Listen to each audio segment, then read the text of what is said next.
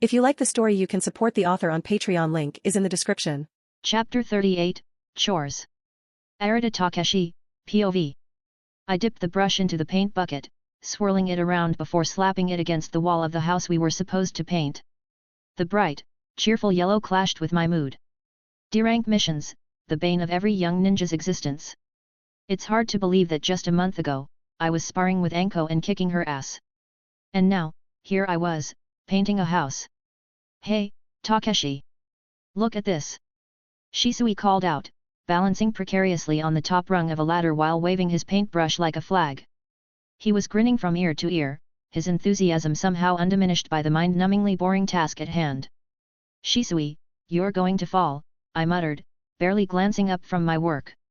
He wasn't even using chakra to keep himself rooted. Nah, I've got perfect balance, he declared, leaning even further out. I was honestly surprised he wasn't bored by this. He had been a genin for quite a while now, meaning he had already passed the D-rank stage of a genin's life, and yet, he was having the time of his life. I couldn't help but roll my eyes at the thought.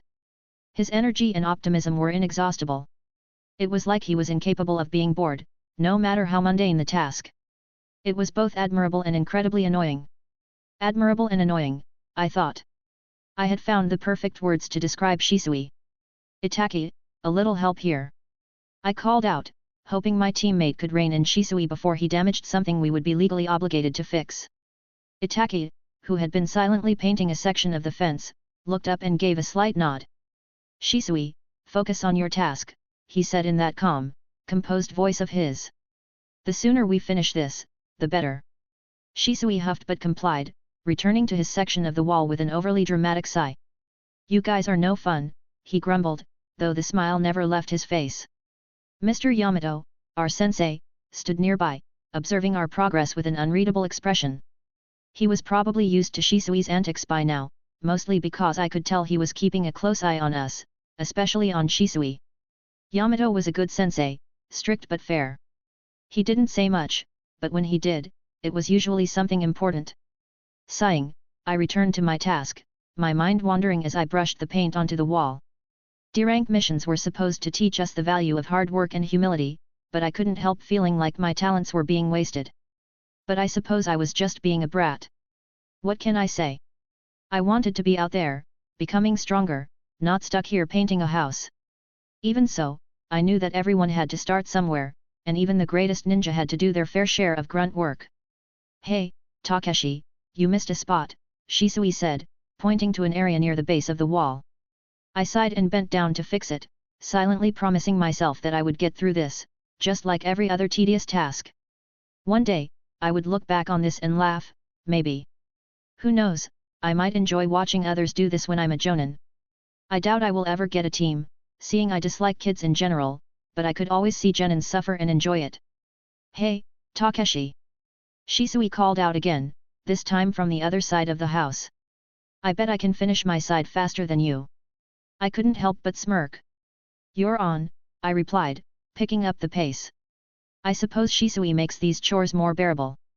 After finishing the paint job, we gathered our supplies and made our way to the Hokage's office. The prospect of another mission, no matter how mundane, was at least a change of pace from painting houses, which is what we had been doing for the past week. As we walked through the village, I couldn't help but notice the remnants of the Nine Tails attack. Buildings were still being rebuilt, and the atmosphere was heavy with the weight of loss and recovery. Yet, life went on, and so did our duties as shinobi, mundane as they might be. We arrived at the Hokage's office and waited outside until we were called in. Mr. Yamato knocked on the door, and we were soon ushered into the office, where the Hokage, Hiruzen Sarutobi, sat behind his desk. He looked up from his paperwork and smiled warmly at us. Ah, Team Yamato, he greeted, his eyes crinkling at the corners. How can I help you today? Mr. Yamato stepped forward and bowed slightly. Hokage-sama, we have completed our previous mission and would like to request another assignment. Hiruzen nodded, glancing at a stack of mission scrolls on his desk. Very well, let's see what we have here. He sifted through the scrolls, finally pulling one out and examining it. A small smile tugged at the corner of his mouth. Ah, this one should be perfect for your team. He handed the scroll to Mr. Yamato, who unfurled it and read aloud. Mission, track and capture Tora, the daimyo's wife's cat. I could barely suppress a groan. Of all the missions, it had to be Tora. That cat was notorious for escaping, and capturing it was a task that had frustrated many a genin team. Shisui, of course, looked excited, while Itaki remained stoic, as always. Tora the Third, as his name suggests, was the third Tora that had been causing mischief around Konoha. Apparently, it was a tradition to name all cats under the daimyo's household Tora. Why? No idea. This Tora was, according to the records, even more elusive and crafty than its predecessors, if that was even possible. The penchant for getting lost seemed to run in the family, and the daimyo's wife had a knack for picking cats with an adventurous streak, or cats that hated her, one of the two. The daimyo's wife's cat, Shisui repeated, grinning. This should be fun. I remember catching Tora the second before she died. Fun wasn't exactly the word I would use, but I wasn't going to complain. It was another mission, and it was better than painting houses. And there was also the point that I loved cats, so maybe it wouldn't be so bad. Hiruzen chuckled at our mixed reactions. This Tora, like all its predecessors, is quite the escape artist, but I have confidence in your abilities. Consider it a test of your tracking skills. Mr. Yamato nodded, rolling up the scroll. Understood, Hokage-sama. We will set out immediately. We bowed and left the office, Shisui practically bouncing with excitement. I've heard stories about this Tora, he said, his grin widening. Some say he's so good at hiding, that he has to be a summon. I doubt it's a summon. Cats are just naturally good at hiding, Itaka said, his tone thoughtful.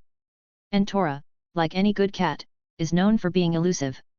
I sighed, adjusting the straps of my backpack. I have experience tracking Tsuki, so it shouldn't be that bad. Mr. Yamato, POV. As we began our mission to track and capture Tora, my mind wandered back to the recent discussions with the Hokage about our team. It was not common for a genin to retract their application for the Chunin exams, especially one as talented as Shisui Uchiha, who despite being so young, was already stronger than some jonin. I was almost certain Shisui was going to be promoted to jonin after his Chunin exams. That's how overly prepared the kid was.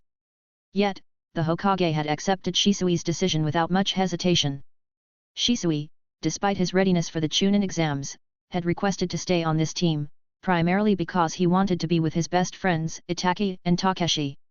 While the decision might have seemed unorthodox to some, it had a strategic underpinning that made sense, especially considering the unique composition and specialization of our team.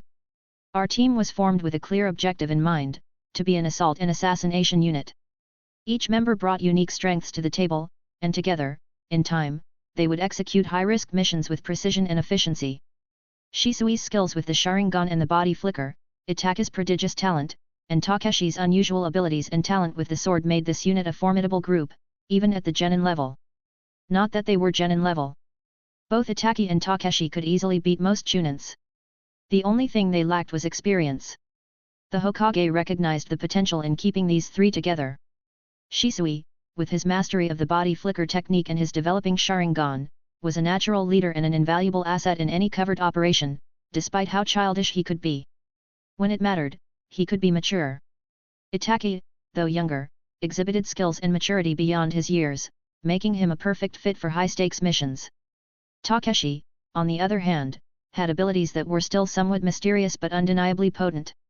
His knack for chakra sensing and his inherent combat skills added a layer of unpredictability to our team's capabilities. Training these three together would not only foster their camaraderie but also ensure that they could function seamlessly as a unit. The Hokage's decision was a calculated one, aimed at nurturing their individual talents while preparing them for the critical roles they would eventually take on within the village. Based on what the Hokage had told me that day when he offered me Itaki and Takeshi to train alongside Shisui, it seemed he wanted this team to be the Sannin of this generation. Though the comparison was lofty, I could understand where he was coming from. The three, much like the legendary Sannin, wielded a fearsome amount of power individually. And when combined, they would be nigh unstoppable. As I watched them move through the village, searching for clues about Tora's whereabouts, I couldn't help but feel a sense of pride, thinking just how much the Hokage trusted me to give me this responsibility, to nurture this generation's best. The Hokage's wisdom in forming this team was evident. He saw the bigger picture, understanding that the village's future depended on the strength and unity of its shinobi. And as their sensei, it was my duty to guide them, to push them to their limits, and to ensure that they were ready for whatever challenges awaited. Even if that challenge was tracking an elusive cat. Chapter 39, Mito is back. Arata Takeshi, POV. I arrived at the Uchiha compound, feeling a mix of exhaustion and relief wash over me. Relief because today's chores, deranked missions had been completed. As I walked through the compound, the sun began to dip below the horizon, casting a soft, warm glow over the entire place. As I stepped through the gate that led to the main house, the familiar scent of blooming sakura trees from Lady Mikoto's garden greeted me, and I couldn't help but smile. Despite everything, this place felt like home. Maybe it was because I had spent so much time here before everything happened. "Welcome back, Takeshi," Lady Mikoto called from the kitchen. She was always so warm and welcoming, making the transition to living with the Uchiha much easier. She really went out of her way to make me feel like I was part of the family. "Would you like some food? I made your favorite."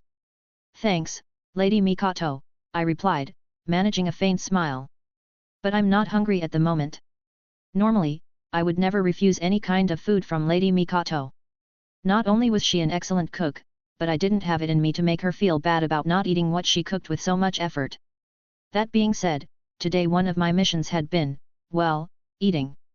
A new restaurant was opening up in the Akimichi district, and for some reason, they had hired my team to test all the dishes to see what our thoughts were. And let me tell you, the Akimichi were not ones to serve small samples. I had never been fuller in my entire life. "We had a mission in the Akimichi district," I offered as an explanation, and saw understanding dawn in her eyes. "Say no more," she said, waving me off with a flick of her hand. "I can imagine how that went. Go rest that meal in your room. Believe me, you will need time to process whatever the Akimichi gave you." I chuckled, offering her a smile before moving to my room, ready to rest for a week or two. I don't know, I had never had to deal with a case of food coma before. As I pushed open the door to my room, musing about food comas, I was greeted by an unexpected sight. The princess of the house, Mito, was in my room, exploring. Her tiny hands reached for anything that caught her curiosity.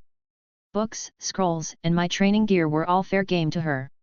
"Princess, you know you can't come in my room when I'm not here," I called softly, trying not to startle her. She turned around, her big, round eyes lighting up when she saw me. "Big bother!" she exclaimed in her almost toddler voice, a huge grin spreading across her face. I couldn't help but chuckle. "What are you doing in here, little devil?" Mito giggled and waddled over to me, her arms outstretched. I picked her up, her small arms wrapping around my neck. "Explorin'," she said, her voice muffled against my shoulder. "Aguchi no knows their surroundings." "Exploring, hey?" I repeated, carrying her over to my bed and sitting down. "And did you find anything interesting?" She nodded enthusiastically, pointing to a small wooden kunao on my desk. "Knife," she declared proudly. "That's a kunao, little princess," I corrected gently, ruffling her hair. "It's not a toy, okay?" She pouted, her lower lip sticking out adorably. "Okay, big bother." I set her down on my bed, making sure she was comfortable. "How about we read a story instead? Would you like that?" Mito's eyes lit up again, and she clapped her hands. "Yes." "Story." I reached for one of the storybooks I kept on the shelf for moments like this. Why? Well, this wasn't the first time this adorable little devil had invaded my room, nor would it be the last, that much I knew. As I started reading, Mito snuggled closer, her little head resting against my arm. Her presence was a comforting distraction, a reminder of the simpler joys in life. Unlike the crying abomination that was her little brother, Suzuki. That kid had to have super lungs or something. I wonder if his chakra nature is wind. Maybe that would explain his lung capacity. As I read, I couldn't help but smile at the sight of Mito listening intently. This story was one of her favorites, a tale about a brave ninja who saved his village from a powerful enemy. Mito listened intently, her eyes wide with wonder. Every so often, she would ask a question or point out something in the illustrations, her excitement palpable. And then, I read, my voice taking on a dramatic tone, the brave ninja leapt into the air, his kunao glinting in the sunlight. With a mighty shout, he defeated the enemy and saved the village. Mito clapped her hands, her face alight with joy. Big brother, you like ninja too? I smiled, closing the book. I do, little princess. Being a ninja means protecting the people you care about, just like the hero in the story. I truly enjoyed being a ninja. I enjoyed the power, the sense of purpose it brought me. What I didn't enjoy was the darkness that came with being a ninja, and I didn't mean having to kill people or the fighting, but the monsters pretending to act in the name of peace. She looked thoughtful for a moment, then nodded seriously. Mito be ninja too. Like big brother.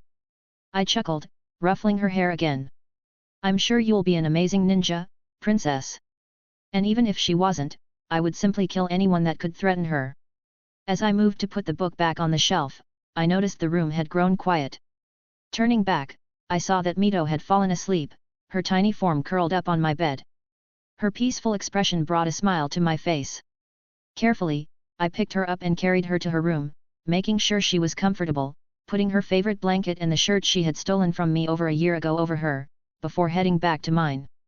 A few hours later, after taking a nap of about 4 hours, I woke up to Itaka knocking at my door. And knowing Itaki, there was only one reason he could be knocking at this time: he wanted to play a little game of shogi. Granted, we would normally play earlier during the day, but seeing we had both suffered a case of food coma, well, I suppose our playing times have moved up a bit. And sure, it was getting late, but the night was still young enough for a game of shogi before going to bed, again. Ready to lose again, Takeshi? He asked, a smirk playing on his lips. Shogi was one of those things I had trouble defeating Itaki at. But I still made it difficult for him to win, so there's that. I chuckled, taking my seat across from him. You're getting cocky, Itaki. Maybe it's time I humbled you a bit. Itaki's smirk widened as he moved the first piece. We'll see about that. The game began, our pieces moving swiftly across the board. It was a familiar dance, like most shogi games we had, each move carefully considered, each strategy meticulously planned. We had played countless games over the duration of our friendship, not always every day. Sometimes we would stop for months at a time, but lately, after moving to his house, it had become somewhat of a nightly ritual, one that I cherished. As the game progressed, Itaki's jealousy began to surface. You know, Mito seems to be quite attached to you, he remarked, his tone light but his eyes serious. She always wants to be around you. I shrugged, a teasing smile on my face. What can I say? The little princess knows quality when she sees it. Itaki rolled his eyes, but there was a smile tugging at the corners of his mouth. She's my sister, you know. You're stealing my spotlight. I moved a piece, capturing one of his pieces. Jealous, Itaki? I didn't think you had it in you. He laughed, shaking his head. Not jealous. It's just, she talks about you all the time. Can't blame her, I said, a faint smile on my face. I'm pretty awesome. The princess had a good eye for magnificent things, what can I say? Itaka shook his head again, but he couldn't hide the smile. You're impossible, you know that. That's what makes me so charming, I replied, moving another piece. It seems I'm about to win. Itaka glanced at the board, his brow furrowing in concentration. He moved his king, escaping my trap. Nice try, but not good enough. We continued playing, the banter between us light and easy. Despite the teasing, I knew Itaki appreciated my bond with Mito. He was always protective of his family, and knowing that Mito was happy and safe with me brought him comfort. That and he considered me a brother, his words not mine, so all in all, he was happy. As the game neared its end, Itaka made a bold move, capturing one of my key pieces. I win, again, he declared, a triumphant grin on his face. I stared at the board, then back at him, feigning shock. You got lucky. Admit it, Itaka said, leaning back in his chair. I won fair and square. Fine, fine, I conceded, raising my hands in mock surrender. You won this time, that makes us 17-9 in your favor. Though I'm still winning in the sparring count, so. You couldn't stop yourself from saying that, could you? Itaka chuckled, rolling his eyes at me. I see how it is, you just can't accept defeat gracefully. Who says I can't? I retorted, a playful smirk tugging at the corners of my mouth. I have grace in abundance, Itaki. It's just that losing doesn't quite suit me, that's all. Tell that to our sparring count against Shisui, Itaki replied, a playful smile on his face. 21-0, in his favor, was it not? I frowned, crossing my arms. That's just uncalled for. I would defeat Shisui one day. Maybe not soon, maybe not tomorrow, but one day, I would defeat that smiling overpowered fool of a genius that I both hate and love. It didn't help that Teresa didn't let me use my yoki to face him. She said, and I quote, I have told you many times, that if you start using yoki every time you are losing a battle or the opponent happens to be stronger than you, that it will become a crutch in your growth. You need to learn to fight without it, build your body and your mind, then yoki will make you unstoppable. I hated when she made so much sense. Chapter 40, Training. Arata Takeshi, POV. Today was my day off, well, my team's day off, per Mr. Yamato's orders. He had said, a shinobi has to find the balance between work and relaxation. However, despite the rare opportunity to do nothing, I decided to head to the training grounds to practice for a few hours by myself. Normally, I would have asked Itaki or Shisui to come with me, but they had other plans. Itaki had planned to spend the day with his younger siblings, Mito and Suzuki, and Shisui had to take his father to the hospital for some treatment for a recurring infection in his leg, which he had lost during the war. So, I was training alone today. As I arrived at the training grounds, I felt a familiar presence in my mind come forth: Teresa, the voice and guide who had been helping me for the last few years of my life. She would take form to help me train. It's been a while since we trained alone. Let's focus on your Claymore techniques today, Teresa suggested, her voice calm and composed. You still need to perfect your movements. This was something I really liked about Teresa, and it was one of the reasons I didn't mind that her consciousness or soul lived inside me. She wasn't one to intrude. More often than not, she would wait for me to be completely alone or for me to call her before making her presence known, allowing my contact and training with her to be on my terms. Well, the chores of a genin, missions have gotten in the way of my training schedule, I replied, scratching the back of my head. I have noticed, Teresa replied, a faint smile on her face. From painting houses to babysitting, I have to say, I'm honestly intrigued about how these so-called shinobi go from that to becoming professional killers. By now, the organization back in my world would have put you in multiple life and death situations to test your worth. Then again, I can't say that method was as successful as they wished, seeing they rarely produced powerful warriors, and the ones they did were hardly thanks to their training and methods. As much as I hate cleaning houses and babysitting, I understand the reason behind these missions, I replied with a soft chuckle.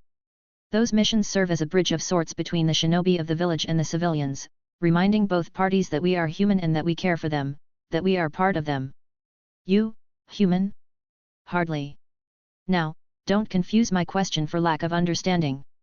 I understand very well what these missions you do are supposed to accomplish, Teresa replied, crossing her arms. Only a fool wouldn't see the obvious approach your leaders are trying to take with them. What intrigues me is not that, but how it goes from that to killing, seeing most C-rank missions involve killing bandit groups, thieves, sexual predators, and the like. That was a good question. Now that I think about it, Teresa is right, there's no in-between or middle ground in the mission categories. You jump from doing what most would consider nothing but chores to killing without an adaptation process. C-rank missions were low-risk missions because they had little to no chance of combat against other ninja, which is where the real risk usually is. But don't be mistaken, not even for a second, in thinking there isn't blood in them.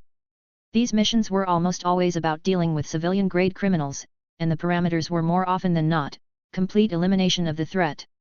That's a good question, but to be fair, I don't think the answer to this question is one worth investing time in, I replied, giving Teresa a shrug.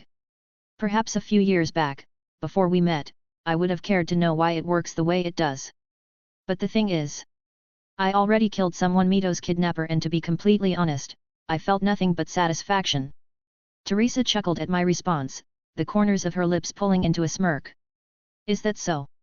She mused, her eyes gazing into mine for a moment before continuing. You really are a peculiar one, Takeshi. Few find such comfort in the act of killing, especially so young. But I'm glad you think this way. There's no point in feeling remorse for what had to be done. I shrugged again, offering her a faint smile. Peculiar or not, I like the way I am.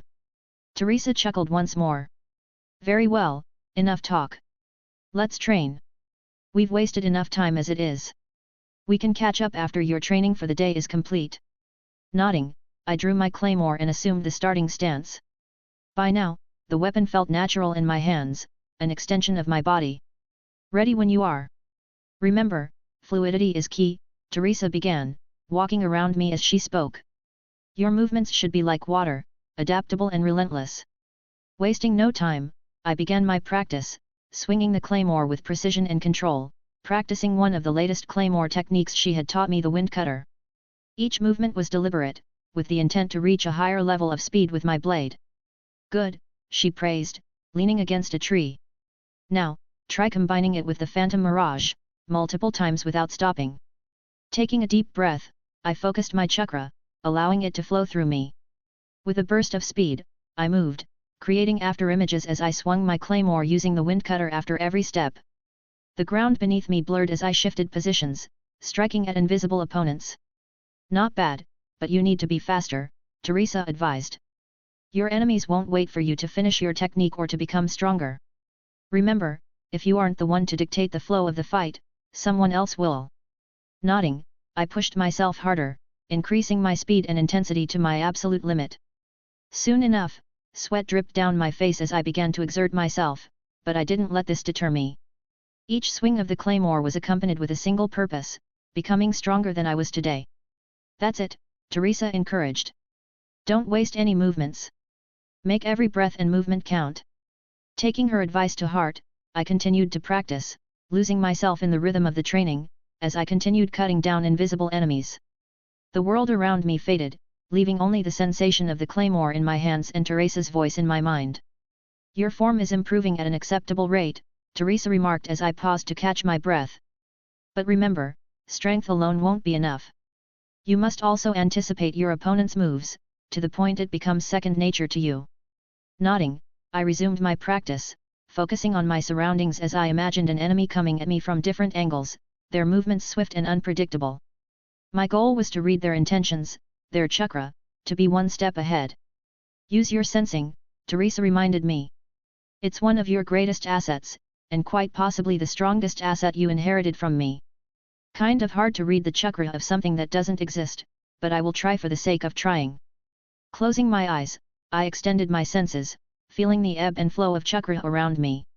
I could almost visualize my imaginary opponent's movements, their intent clear in the energy they emitted. With this heightened awareness, I dodged and countered, my claymore slicing through the air with deadly precision. However, before I could really start pushing myself, I felt a familiar chakra signature approaching my location. I stopped mid-swing, holding my claymore steady as I sensed the presence getting closer. It was Anko. She was coming fast, her energy radiating determination and frustration. Well, it seems my day off won't be as boring and lonely as I originally imagined it would be. Chapter 41, Orochimaru. Arata Takeshi, POV. Interrupting my training session midway, I felt a familiar chakra signature approaching my location. I stopped mid-swing, holding my claymore steady as I sensed the presence getting closer. It was Anko. She was coming fast, her energy radiating determination and frustration. Well, it seems my day off won't be as boring and lonely as I originally imagined it would be. I smiled, knowing what was about to happen. She most likely wanted a rematch after being defeated 6 times in a row. Moments later, as if to confirm my thoughts, Anko burst into the training ground, her eyes locked onto me with a fierce intensity. Hey, brat! She called out, her voice carrying across the clearing. I want a rematch. And, as usual, I was right. I turned to face her, resting my claymore on my shoulder.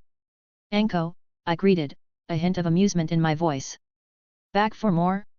One would think that after so many defeats, you would know there's no point in doing this, but who am I to judge the delusions of a poor teenager? She scowled at me, crossing her arms. Listen here, you little shit. During our 6 fights, Lord Orochimaru didn't allow me to use my ninjutsu. This time, however, he's not here, meaning there are no restrictions. So let's see how you do. I shrugged, giving her a faint smile. If that's what you want. I'm ready whenever you are, I could always use the warm-up before training. Anko glared at me for a moment before glancing around the training ground, her expression turning somewhat nervous. Not here. Ah, I see now, she came to challenge me without Orochimaru's approval.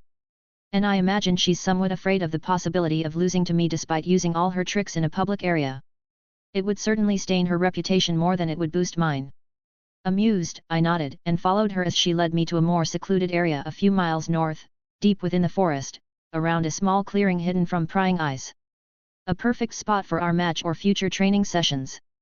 I might steal this place for myself after defeating her. It looks like a good place to train without anyone bothering you. All right, Anko said, turning to face me. Now we can go all out. You want me to go all out? I chuckled, tilting my head. I'm not sure that would be fair to you. Anko's eyes narrowed, and she quickly ran through a series of hand signs. Fire style, fireball jutsu. A large fireball shot toward me, burning everything in its path. Smiling, I took a deep breath, feeling the muscles of my leg coil and burst forward in a single instant as I used the phantom mirage to not only avoid her jutsu but to close the distance between us, all in a single step. One of the biggest weaknesses of that jutsu you just used is that it requires some level of preparation prior to using it in order to be actually useful, because of how slow it is, I said, kicking Anko in the chest, pushing her back. Anko gritted her teeth as she twisted her body around, landing on her feet and launching herself at me, kunai in hand. I smiled and met her attack head-on, our weapons clashing with a loud metallic ring. Using this fight as a way to train, I closed my eyes and began focusing solely on the flow of her chakra, using that to read her movements before they came, allowing me to parry her strikes and counter them with swift and precise movements. That being said, I had to admit, fighting her without visual cues was proving to be harder than I imagined. Before today, I had never used just my sensing to read the opponent's movements. It was always a mix of visual cues, educated guesses, sensing, and my skills that would normally allow me to keep the upper hand in combat. This was different. I had to be more attentive, more aware of my opponent as a whole. And seeing it was something new, well, it was understandably harder, but regardless of how hard this was, it was something I had to master. Hell, this was so hard I might even lose if I make a single mistake, which makes this entire experiment all the more fun. Besides, considering my rivals are Shisui and Itaki, it seemed like a wise choice to learn how to fight without the need for my sight. You know, because of the sharingan and stuff. That reminds me, I need to train my ability to resist and detect genjutsu. I haven't faced one yet, but I knew despite that, it would piss me off beyond human comprehension losing a fight because I was caught in an illusion. You closed your eyes.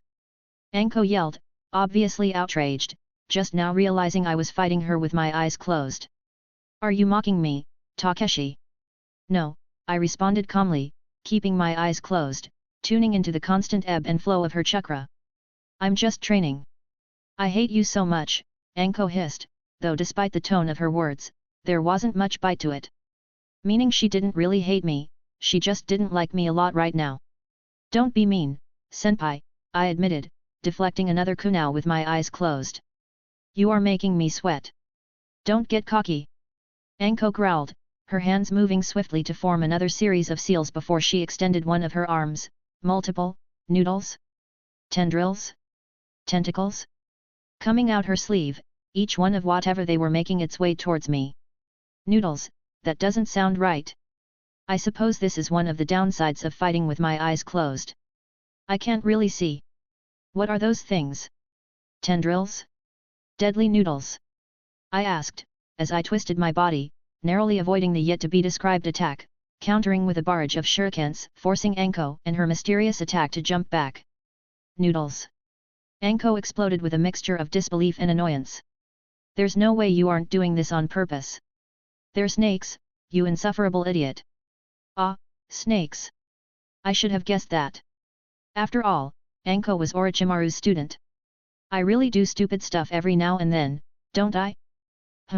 I hummed, my face impassive despite the grin tugging at the corner of my lips. Well, can you really blame me for the misunderstanding? I can't see a thing. And your snakes are quite silent. I mean, aren't they supposed to hiss and stuff? That's not how it works, you. Anko's retort was cut off abruptly as she narrowly dodged my next attack.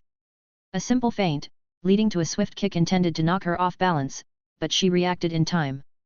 Not bad. Now let's see how much I can push myself before this fight ends. As Anko and I continued our fight, the sounds of our clash echoed through the forest as metal met metal. Her determination to defeat me, despite everything, remained unwavering, which I was grateful for because it allowed me to hone my skills even further. But as the battle continued, I felt a sudden switch in the air, a large chakra signature approaching us. This chakra was different from most, it was cold, creeping into my senses like a shiver down my spine. This presence was unmistakable, and it felt inhuman, almost like a predator stalking its prey. It didn't take me long to realize who was coming, Orochimaru. My mind raced as I sensed his approach. Chances were he was coming to retrieve his student, possibly in order to scold her for fighting me using ninjutsu despite him telling Anko not to do so. This brought a few options to the table. Should I warn Anko? Save her from a potential scolding? Or should I stay quiet and let things play out? I hesitated, wondering which option would amuse me the most. Before I could make a decision over this important matter, Anko lunged at me again, her ku now aiming for my side. I deflected her strike, kicking her away as Orochimaru's chakra grew closer to the point I could almost feel his eyes on us, watching, waiting.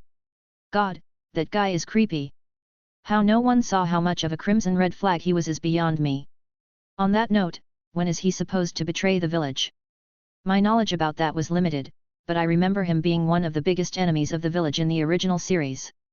Pushing those thoughts aside for the time being, I took a deep breath, grounding myself in the moment, in my fight with Anko, deciding to let Orochimaru scold her to extend my training session with her as much as possible. Smiling, I met her strikes with precision, countering her moves with calculated efficiency. The clash of our weapons echoed throughout the clearing. However, before the fight could continue any longer, I felt Orochimaru increase his speed, reaching our location in the blink of an eye. I guess that's the end of our fight, I said, opening my eyes, feeling somewhat disappointed I couldn't continue my fight with her. The hell you mean it's the end of our fight? Anko barked back, possibly assuming I was telling her I had already won. However, before Anko could continue trash talking, a cold, eerie voice interrupted her. Well, what a fortunate surprise, Orochimaru said, his presence now fully revealed as he stepped into the clearing. His smile was unsettling, sending chills down my spine, more than usual. To find both of you together in this secluded area. How delightful. That's a concerning comment to make. Anko's eyes widened, and she quickly stepped back, her posture tense as she finally realized her sensei was here. Lord Orochimaru, she stammered, clearly caught off guard by his sudden appearance. I was just training with Takeshi, sharing my experience with him as his senpai. Lord Orochimaru, I greeted him, offering him a faint smile. Orochimaru's gaze shifted between Anko and me, his unsettling smile never faltering. I see you two have been training diligently. It's good to see such dedication. His eyes lingered on me for a moment longer than I was comfortable with, making my skin crawl. You have become stronger than I ever imagined in such a short period of time, Kukiku. Something is not right. I can't put my finger on it, but for the first time since meeting him, since interacting with Orochimaru, I am feeling my body screaming at me to run as far away as possible from him. This was new. It was no secret that he creeped me out, he was very good at being unsettling, but this was new. And I didn't like it. He didn't defeat me this time, Lord Orochimaru, Anko offered, a hopeful smile dawning on her face. Orochimaru chuckled softly, the sound sending another shiver down my spine. How admirable, Anko. Always striving to improve. And you, young Takeshi, are proving to be quite the formidable shinobi. Thank you, Lord Orochimaru, I replied, already creating the most efficient path to escape should my instincts be right about the situation. I knew very well, without a shred of doubt, that I was nowhere near powerful enough to fight him just yet. Even if I used my yoki, the gap between us was beyond massive. So if push came to shove, my best and only smart option was to try and run. If that failed, well, I would go out fighting, but I would rather avoid that if possible. I really hoped that I was wrong. Chapter 42, Marked. Arata Takeshi, POV. I watched as Orochimaru stood there for a moment, gazing at Anko, his eyes narrowing slightly, before he turned his gaze back to me, a predatory smile spreading across his face. Takeshi-kun, did you know the reality of humanity? It's quite sad, really. Humans are such fragile creatures, he began, his voice smooth and almost hypnotic. We live such short lives, constantly struggling against our limitations, constantly suffering at the hands of fate. I hate this flawed design created to make us fail. I seek to change that. I seek to create a world where we are not bound by our mortal coils, where we can transcend our human fragility. His words sent a shiver down my spine. I could feel Teresa's presence urging me to stay calm, but the cold and predatory aura emanating from Orochimaru made it difficult, especially because I was almost sure he was about to betray the village, starting with Anko and me. Power, Orochimaru continued, taking a step closer to me. True power lies in understanding and overcoming our weaknesses. It lies in pushing beyond the boundaries of what is considered possible. He paused, his eyes gleaming with a twisted kind of excitement. You, Takeshi, possess a potential that is rare. A potential that could be molded into something extraordinary. I clenched my fists, flexing my legs a little in order to be ready to move at any given moment. You'll have to excuse me, but, what do you want from me? This conversation is starting to reach the point where I feel I need a responsible adult present. He chuckled softly, the sound sending another shiver down my spine. Kukiku, all I want from you, Takeshi-kun, is to help you realize your potential, to guide you toward greatness. You have a strength within you that is unique, a strength that can be harnessed and refined. Lord Orochimaru? Anko asked, her tone sounding almost betrayed, perhaps thinking that her sensei was trying to replace her with me. Orochimaru's gaze shifted briefly to Anko, his smile fading slightly. My sweet little student, how unfortunate, that despite all my efforts and yours, you turned out to be nothing but a disappointment. Lord Orochimaru. Anko whispered, her voice faltering, breaking at the end. I felt a pang of sympathy for her. It had to be painful to hear your mentor disown you in such a way. He turned his gaze back to me, ignoring how much he was hurting Anko with his words, his serpentine eyes boring into mine. But you, Takeshi, are different. You have the potential to surpass even my expectations. You have the potential to become something truly remarkable. I'm flattered you think so much of my potential, I replied, taking a step back. However, I am not interested in your help. Kukiku Orochimaru chuckled, taking a step forward. The pursuit of power is the pursuit of understanding, Takeshi-kun. Understanding the true nature of life, of death, and everything in between. It is the only way to break free from the chains that bind us.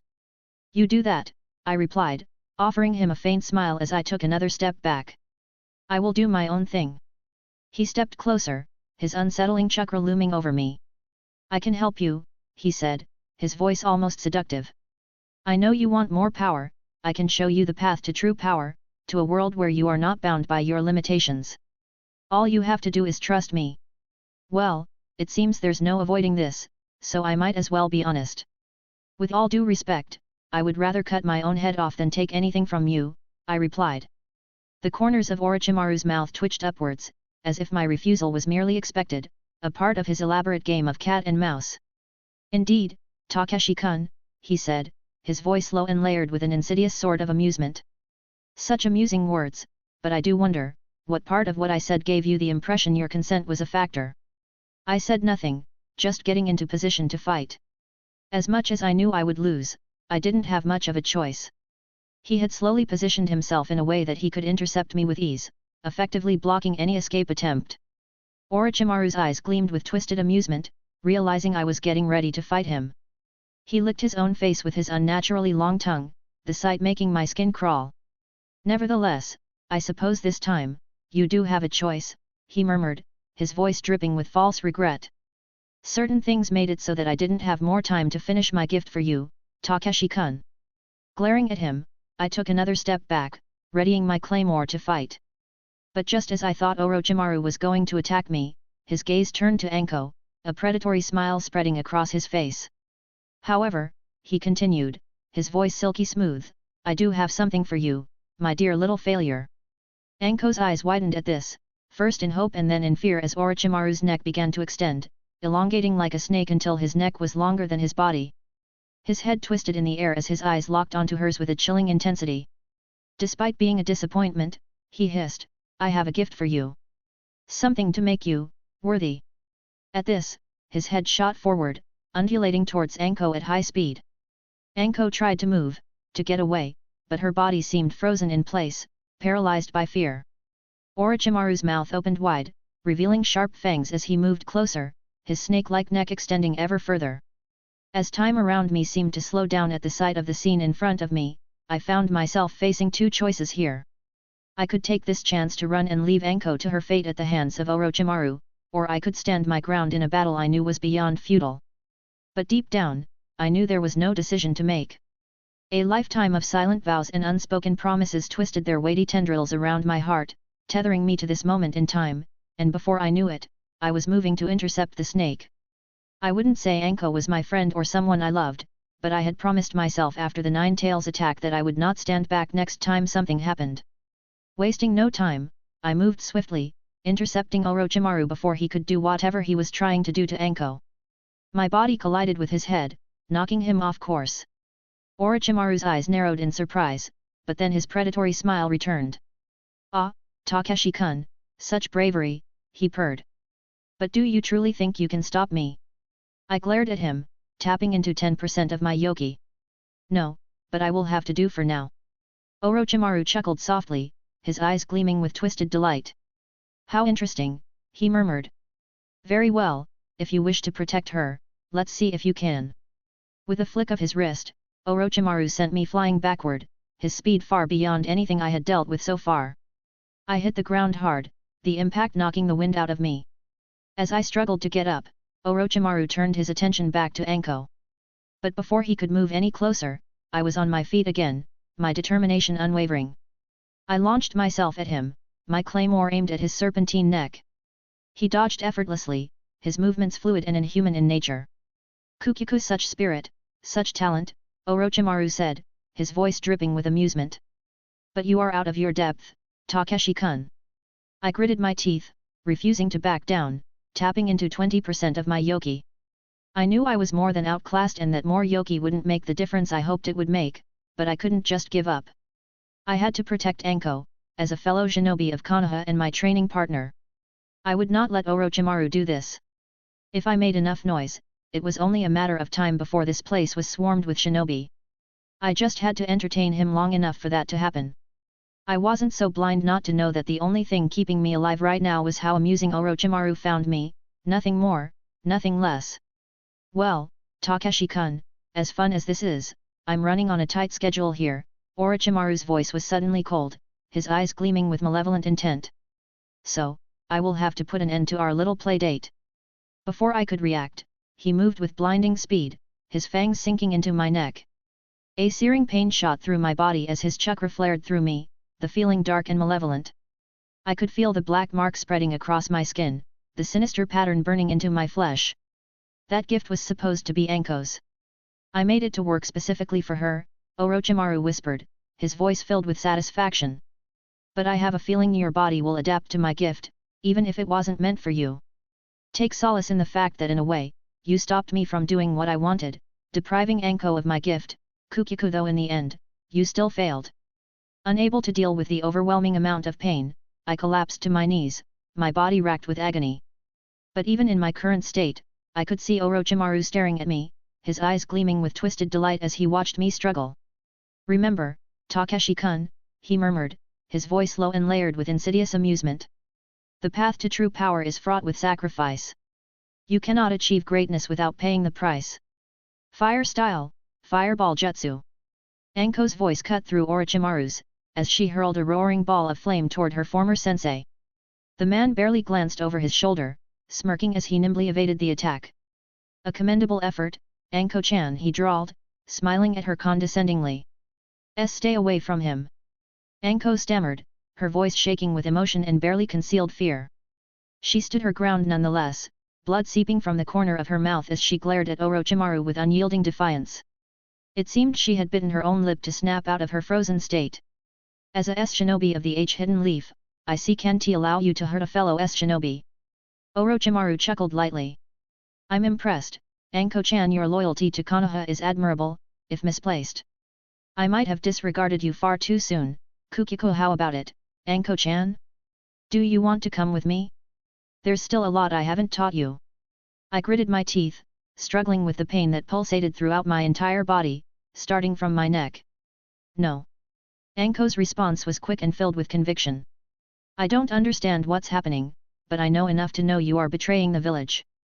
Orochimaru's golden eyes narrowed, a flicker of annoyance flashing across his face. Then it appears I don't have any use for you. At this, his killing intent grew, encompassing the entire area, forcing Anko to shake in a trembling display. He was going to kill her. As I lay there, the pain searing through me, watching Orochimaru walk slowly toward Anko with a twisted smile, I noticed something strange. The curse mark's energy felt oddly familiar, almost like my own yoki. Despite the agony the mark was forcing me to feel, I focused on that feeling, on that similarity, trying to draw the energy inwards as I had done with my yoki before. To my surprise, the pain began to subside, the mark's influence over my chakra flow weakening as I took control. I forced myself to stand, grabbing my claymore. Orochimaru's eyes widened in surprise as he saw me move. Impossible, he muttered, his voice a mix of curiosity and disbelief. You shouldn't be able to move, not yet. Ignoring his words, I stepped between him and Anko once more, my gaze steady. I'm full of surprises, what can I say? Orochimaru's surprise turned into amusement. Very impressive, Takeshi-kun. It seems you truly are something special, to think you would adapt to a mark not made for you, so, soon he watched me for a moment, a calculating look in his eyes, almost as if debating whether to attack us again or not, before eventually smiling. Such potential! I look forward to seeing what you become. With that said, he disappeared into the shadows, leaving me alone with the unconscious Anko, who I hadn't noticed had lost consciousness until now. It seemed Orochimaru's killing intent had been far too much for her to handle, and I couldn't blame her, honestly. If I hadn't felt firsthand the Nine-Tails' presence and his killing intent that fateful night, Orochimaru's presence might have had a different effect today. Touching my neck in a hesitant manner, I turned to Anko, letting out a sigh. I better let someone know what happened, and take Anko to the hospital. Chapter 43, No Mark. Arata Takeshi, POV. Knowing what I had to do, I created a shadow clone to take Anko to the hospital. Her unconscious form slumped against its shoulder. The clone nodded at me, understanding its mission and the urgency of the situation. Take her straight to the emergency ward, I instructed, watching as the clone sped off towards the hospital. I took a deep breath, turning my attention towards the Hokage's office. The events of the day had taken a toll on me, but I knew there was no time to waste. Orochimaru's actions couldn't go unreported, and one of the only people who could stop Orochimaru was his own sensei, the third Hokage. As I made my way through the village, I felt my neck burn a bit, not concerning, but ultimately annoying. The streets of Konoha were bustling with activity, the usual sights and sounds of the village doing little to ease my troubled mind. It seemed Orochimaru's betrayal hadn't been a large-scale event. Arriving at the Hokage Tower, I approached the guards stationed outside the entrance. I need to see the Hokage, I said, trying to keep my voice steady. One of the guards, a tall, stern-looking man, shook his head. The Hokage is very busy right now. You'll need to make an appointment. It's urgent, I insisted, my frustration growing. It's about Orochimaru. The mention of Orochimaru's name seemed to change their demeanor instantly. The guards exchanged a quick glance before the stern one nodded. Wait here, he said before disappearing inside. I stood there, trying to keep my mind focused.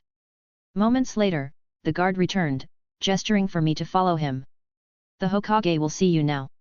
I followed the guard through the corridors of the tower, my mind racing with thoughts of how to explain what had just happened. Honestly, it was hard to put into words. As we walked, I couldn't help but notice the worried looks on the faces of the other shinobi in the tower. It seemed like everyone was on edge, and I had a sinking feeling that Orochimaru was at the center of it all. Perhaps I wouldn't have to explain much at all. When we reached the Hokage's office, the guard knocked on the door before opening it and ushering me inside. Hiruzen Sarutobi, the third Hokage, looked up from his desk, his expression a mix of curiosity and concern. The room was filled with scrolls and documents, the remnants of what appeared to be a long day of work. Takeshi, what brings you here? He asked, his tone gentle but firm.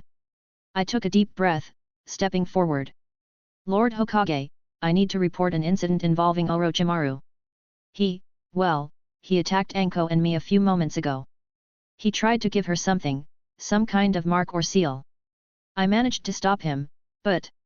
The Hokage's eyes narrowed, and he leaned forward, his attention fully on me now. Tell me everything, from the beginning. I recounted the events, starting from the moment I encountered Anko at the training ground to the confrontation with Orochimaru. As I spoke, the Hokage's expression grew grimmer, and I could see the weight of the situation settling on his shoulders. I described how Orochimaru had offered me power, how he had belittled Anko, and the terrifying moment when he tried to brand Anko with his cursed mark. The Hokage's concerned expression only deepened further as I finished recounting the events. His eyes narrowed slightly as he focused on me, his gaze intense and filled with worry. "Takeshi, show me where Orochimaru marked you," he said, his voice calm but firm. I nodded, then pulled down the collar of my shirt to reveal the mark on my neck. The cursed seal was still there, a dark, ominous pattern that seemed to pulse with sinister energy. Hiruzen leaned forward, examining the mark closely. He reached out a hand but stopped short of touching it, his brow furrowed in thought. "This is troubling. This mark is a dangerous and highly advanced seal. Only a seal master would be able to seal it." "Well, fuck. Are you by any chance a seal master?" He had taught Jiraiya and the creepy snake, both of whom knew a lot about seals, so there was reason to believe he was a master of the art as well. Hiruzen sighed, leaning back in his chair. "I am, but the skill needed to deal with your mark far exceeds my skills. The only one that could work with this is Jiraiya." Before he could say anything else, however, the Hokage began staring at me in utter confusion. "You aren't in pain?" "Not particularly," I replied, moving my neck a bit. "If anything, I'm just stiff." Hiruzen looked at me, almost bewildered by my answer. "That is unusual. According to the data Orochimaru left at his lab, the curse seal is supposed to be extremely painful, especially during and immediately after its application. It was made like that on purpose. The fact that you are not feeling any pain is beyond unexpected." "Well, Lord Hokage, to be entirely honest with you, I did feel pain during the first few moments after I was marked, but it wasn't long before I realized my power was somewhat similar to the mark, so I forced the foreign chakra back into the seal," I replied, letting out a sigh. The Hokage's eyebrows arched high on his forehead, surprise flashing across his face. "You did what?" he asked, disbelief lacing his question. "To not only resist but manipulate the cursed seal like that, it's unheard of. The only bad part of this somewhat temporary solution was that I couldn't use my yoki without releasing the mark as well in the process. So, I suppose you win some, and you lose some."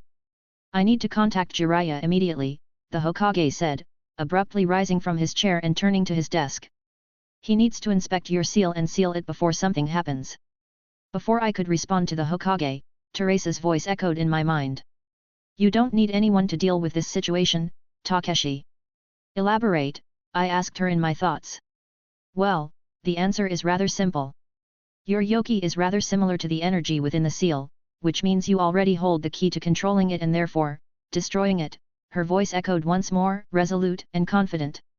If Teresa was right, it meant I wouldn't have to deal with having a seal on my neck for the rest of my life, and more importantly, it would mean that, in the end, I had royally fucked up Orochimaru's plans. I mulled over her words for a moment before asking, "How?" "All you have to do is release your yoki," she began, answering my mental inquiry. "You already forced the foreign energy back once, remember? This time, you simply need to focus on the mark as you release your yoki until it burns away. Essentially, your yoki will act like a powerful antibody, consuming the foreign energy and, in turn, breaking the mark. It's a delicate balance you have to maintain. Too little, the seal remains; too much, well, let's just say Orochimaru will be the least of this village's concerns. Meaning that, in the end, I would get the last laugh." "Lord Hokage, would you mind if I try something?" I asked, a faint smile on my face. The Hokage paused, his writing brush suspended above the paper. He gave me a wary look, clearly caught off guard by my sudden interjection. "What is it you wish to do, Takeshi?" he asked cautiously. "Whatever it is, you shouldn't exert yourself right now. We can't risk activating the mark, not without Jiraiya here." "Okay, I need to word this out carefully to avoid him having me subdued until Jiraiya comes. That's the thing. I think the reason why I am so normal, despite this seal, is because I am naturally resistant to it," I replied, smiling at the Hokage. "And, ever since I came here, and the rush of the battle died out, I've been feeling like I can just rip the seal out of my neck, like a band-aid." The Hokage's stern gaze softened slightly, although his eyebrows shot up in surprise. That sounds far-fetched, he stated, skepticism lacing his voice. And dangerous. Let me try, Lord Hokage, I replied, taking a step forward. His gaze held me under scrutiny for a beat longer before a sigh escaped him, his shoulders sagging as he ran a weary hand through his tangled grey hair. I can't allow this. This is reckless, Takeshi. If anything goes wrong. You should have just waited to be out of his sight to do it, Teresa muttered in a somewhat amused tone. As if they were going to let me out of their sights until Jiraiya arrived. I would probably have NBU agents under my clothes until Jiraiya came. I understand that, and I'm willing to accept the risks, I replied, a firm conviction brimming in my voice. All I want is a chance to rid myself of this curse. I honestly doubted he was going to let me. Oh well, I can always convince Jiraiya to let me try. He seems like a more open person in general. The Hokage sighed, his gaze never wavering from mine, a mix of worry, uncertainty, and perhaps even a glimmer of hope gleaming in his wise, old eyes, until eventually, he nodded.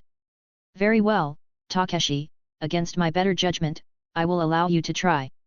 Say what now? Really? I asked, to which the old shinobi simply nodded. Smiling at him, I took a deep breath and closed my eyes, focusing on the mark before releasing my yoki. I felt the familiar surge of power within me, all while the mark began to spread across my neck, bringing nothing but pain. However, I pushed through the pain, directing all of my power, my yoki, towards the mark, concentrating everything I had on it, as Teresa had instructed. At first, nothing happened. 10%, 20%. Then, after reaching 25% release, I felt the mark begin to heat up, a burning sensation spreading across my skin. I gritted my teeth, focusing on maintaining control. The pain intensified, but I pushed through it, pouring more yoki into the mark. Suddenly, after reaching 30% release, there was a flash of light, and the mark on my neck flared up, the dark pattern that had begun to spread across my body hissing away like a dying snake as it burned away under the intense energy. I felt a final surge of pain, then, nothing. No stiffness around my neck. No pain. Just the pleasurable sensation of my yoki flowing through me. The mark was gone. I opened my eyes to find the Hokage watching me intently. It's gone, I said, my voice sounding guttural, animalistic, unlike my usual tone. The Hokage said nothing, simply staring at me in a mix of concern and uncertainty. I tilted my head, feeling somewhat confused as I wondered why he was feeling like that, if I had gotten rid of the seal. And like a bucket of cold water, it dawned on me. To burn away the mark, I had to release 30% of my yoki, meaning that my face had to be distorted to some degree now, which would explain why he was looking at me like that. Give me a moment, I said, taking a deep breath. I closed my eyes once more, focusing on the flow of yoki within me. The savage torrent of power that had slammed through my veins moments earlier now diminished to a gentle stream. I imagined this power receding back into me, like water being drawn back into a well, until gradually, the weight of power began to lift. The transition was not without its own brand of pain. Resealing my power was like walking away from pleasure itself, and not only that, but my yoki wasn't all that eager to go back into obscurity. I could feel my power resisting every attempt to be reined in. However, with each passing second, I could feel it relent, until eventually, there was nothing. There we go, I said, offering the concerned Hokage a faint smile. The Hokage watched me with a concerned expression, his gaze flickering from the area on my neck where the mark once was to my now undistorted face. You seem normal, he said, a hint of relief threading its way through his words. I tilted my head, grinning at him. Did you expect anything else? The transformation. It was unlike anything I've seen before, he admitted, leaning back in his chair. Your eyes, your face, it was a new experience for me. Understandable, I replied, letting out a sigh. Can I take my leave, Lord Hokage? Yes, he nodded, his expression softening. You may leave, Takeshi. Be sure to get some rest. As soon as Jiraiya arrives, I will have someone get you. I inclined my head in acknowledgement, the semblance of a smile playing on my lips before I turned away, the door sliding shut behind me. I had a strong feeling there would be a lot of questions about what I knew about my power or Kekkei Genkai once Jiraiya arrived. Chapter 44, A Depressed Dog. Arata Takeshi, POV. It had been a week since the incident with Orochimaru, and the events of that day still lingered heavily in my mind. Silently, I sat in my room, a book resting on my lap, but my thoughts were far from the words on the pages. The memory of Orochimaru's predatory gaze, his killer intent, and the chilling, painful feel of the cursed seal on my neck were constant reminders of how much I needed to improve to reach my goal. Due to what had happened, my team hadn't taken any missions since that day. Mr. Yamato had put a stop to all missions, citing the need for caution and recovery. Itaki and Shisui seemed to understand, but the inactivity gnawed at me, even if that inactivity saved me from doing grunt work. Regardless, this forced break made me feel restless and anxious. Maybe I wanted to do something just to occupy my mind? Who knows? Then again, maybe I felt restless because I didn't like being watched 24/7, which was my current situation. After all, I knew I was under heavy ANBU surveillance. Ever since that night, I could sense their presence, shadowy figures moving silently around the perimeter of my home. It was annoying, but I could understand why they were here. They were there to keep me safe and monitor any unusual activity that might suggest a further threat.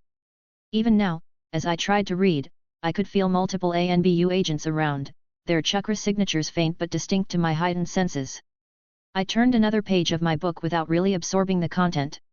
It was a book on advanced chakra control techniques, something that should have been fascinating, but as I had stated before, my mind was elsewhere. My thoughts kept drifting back to that night. I wasn't scared. I wasn't then, and I wasn't now. Sure, I knew I couldn't defeat the snake, but that didn't mean I was scared, that just meant I was realistic. I was simply annoyed that I hadn't been able to do anything else. As I sighed, Tsuki, my sweet, adorable, loyal cat, nuzzled against my leg. Her presence was a small comfort that momentarily made me forget about things.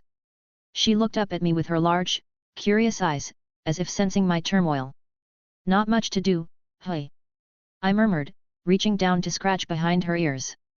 Tsuki purred in response, her soft fur a soothing distraction. I glanced out the window, seeing the familiar sights of the Uchiha compound. Life seemed to go on as usual for everyone else, probably meaning that news about Orochimaru's betrayal hadn't gone public just yet. Smart? In situations like this, it was best to do some damage control before letting people know, minimizing the chaos news like this would normally bring. As I mused about that thought, the door to my room creaked open slightly, and I turned to see Mikoto peeking in. Takeshi, dinner is ready. Will you be joining us? She asked, her voice warm and inviting. I nodded, closing the book and placing it on the bedside table. Yes, Lady Mikoto. I'll be down in a moment. She smiled, a hint of concern in her eyes. Take your time. We'll be waiting. As she left, I stood up and stretched, cracking my neck, before getting out of the room and walking downstairs. As I did so, I felt the presence of the ANBU even more acutely. They were good, almost undetectable, but my chakra sensing allowed me to pick up on their subtle movements. During this week, I had managed to pick up their schedules just by sensing them and analyzing the differences in chakra patterns, coming to the conclusion that I was under the watch of 3 squads, consisting of 15 agents that were watching my every move, making sure I was safe, and reporting back to the higher UPS. It was stifling, but I understood the necessity. Takeshi, Fugaku finally said, breaking the silence as I reached the kitchen floor. How are you holding up? I'm fine, I replied, smiling. Just trying to read. Mikoto reached out and placed a comforting hand on my shoulder. We're here for you, Takeshi. If you need anything, don't hesitate to ask. I nodded, appreciating their concern as I took a seat at the dinner table. Thank you. I'll be okay. Big bother. Mito exclaimed, noticing me, her chubby toddler hands reaching out towards me from her high chair. I chuckled lightly at her antics, reaching out to ruffle her soft hair. Hey, Mito, I greeted, earning a giggle from her. Are you enjoying the book? Itaki asked, leaning casually against the table with a bowl of home-cooked ramen in his hands. The book is interesting, I replied, and it would have been more interesting if I could keep my focus for more than a few minutes. It brings a different perspective on chakra control and its application in jutsu usage. His onyx eyes gleamed curiously as he took a bite of his dinner. How so? Well, I began, serving myself a bowl of Mikoto's delicious ramen. It discusses chakra efficiency in a way I hadn't seen before. It suggests that the key to using jutsu more effectively isn't necessarily about having strong chakra, but about controlling it properly and adapting its flow to each individual situation. Interesting, Itaka murmured, his eyes thoughtful as he contemplated my words. That would certainly shed a new light on the way we approach our training. Hitaki Kakashi, POV.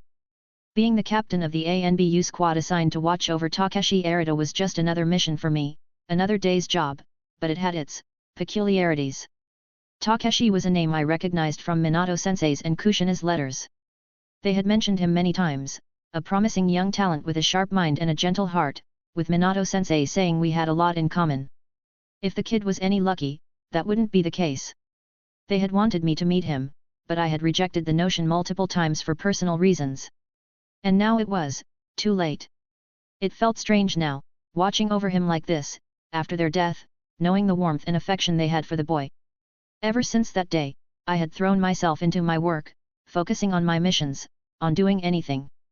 And today, that anything was watching over the boy who had unexpectedly become a focal point of Konoha's attention after Orochimaru's betrayal to the village. From my vantage point, hidden in the shadows, I observed Takeshi's every move, and I could see what Minato Sensei had seen in him. The kid was sharp, sharper than most shinobi I'd seen, and he carried himself with a maturity that belied his age. It was almost eerie and admirable to a degree how composed he remained despite the turmoil surrounding him. The kid would fit well in Anbu, if he decided to go this path. Hopefully, he wouldn't. I adjusted my position, ensuring I had a clear view of his room. My squad was strategically placed around the area, each member ready to act at a moment's notice. Our presence was meant to be a deterrent of sorts in case Orochimaru came back, and in the case he did, our mission was buying everyone time until the Hokage could come. If you asked me, I personally doubted Orochimaru would come back. As strong as the snake was, he couldn't take on the Hokage, or the entire village for that matter. Uchiha Fugaku was strong enough to match him, and when you added an entire clan to that, well, his chances were on the negative numbers. But orders were orders, and we were here to watch and protect. I watched as Takeshi entered his room, his posture tense. The kid knew we were here, he had known ever since we were put on this mission, but he never showed any signs of discomfort, like most. If anything, he seemed somewhat annoyed and understanding. "Captain," one of my squad members whispered through the communication line. "All clear on the eastern perimeter." "Roger that," I replied, my voice low and steady. "Maintain your positions. Report any unusual activity immediately." Mitarashi Anko, POV. Sitting alone in my room, I couldn't shake off the memories of that night. The image of Orochimaru, my sensei, the man I had admired the most, turning against us was burned into my mind. I hugged my knees to my chest, the silence of my room amplifying the thoughts swirling in my head. How could I have been so blind? How could I have failed so miserably? My sensei, the man I admired and respected, had turned out to be a monster. And for some reason, it felt it was all because I wasn't good enough. I glanced at the mirror, my reflection staring back at me with tired, haunted eyes. My hand drifted to my neck, touching the spot where Orochimaru had tried to mark me. I could almost feel it there, a brand of shame that I couldn't escape. If it hadn't been for Takeshi, I would have been cursed with that mark, forever tied to Orochimaru's twisted plans. But amidst the fear and self-loathing, there was a sliver of gratitude. Takeshi, that little brat, had saved me.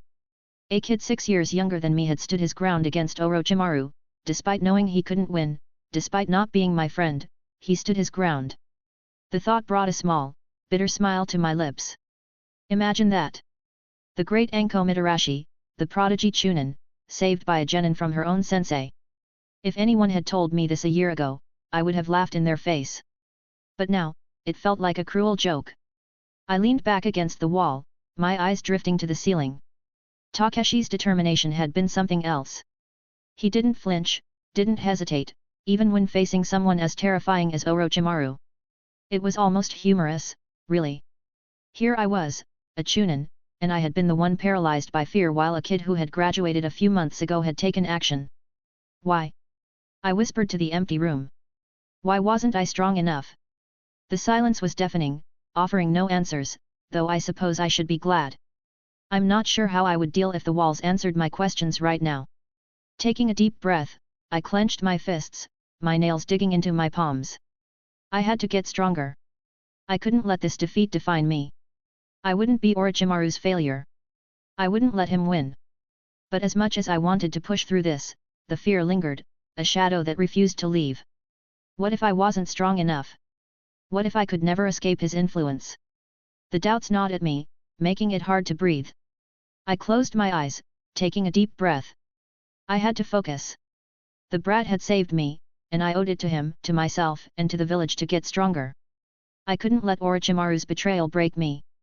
The road ahead was uncertain, filled with challenges I couldn't yet see. But I would face them, one step at a time. I would train harder, push myself further, and become the shinobi I was meant to be.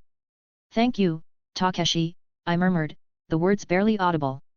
"Hopefully, I will be able to thank you in person." Chapter 45, Tenten.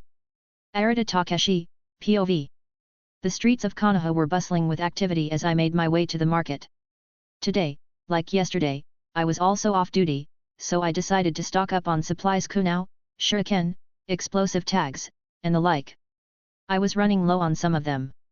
Besides, I was getting bored of being confined to the compound. So, going shopping felt like a nice change of pace. Happy to stretch my legs a bit, I navigated through the busy crowd of the afternoon, feeling my personal entourage of ANBU agents tailing close behind me.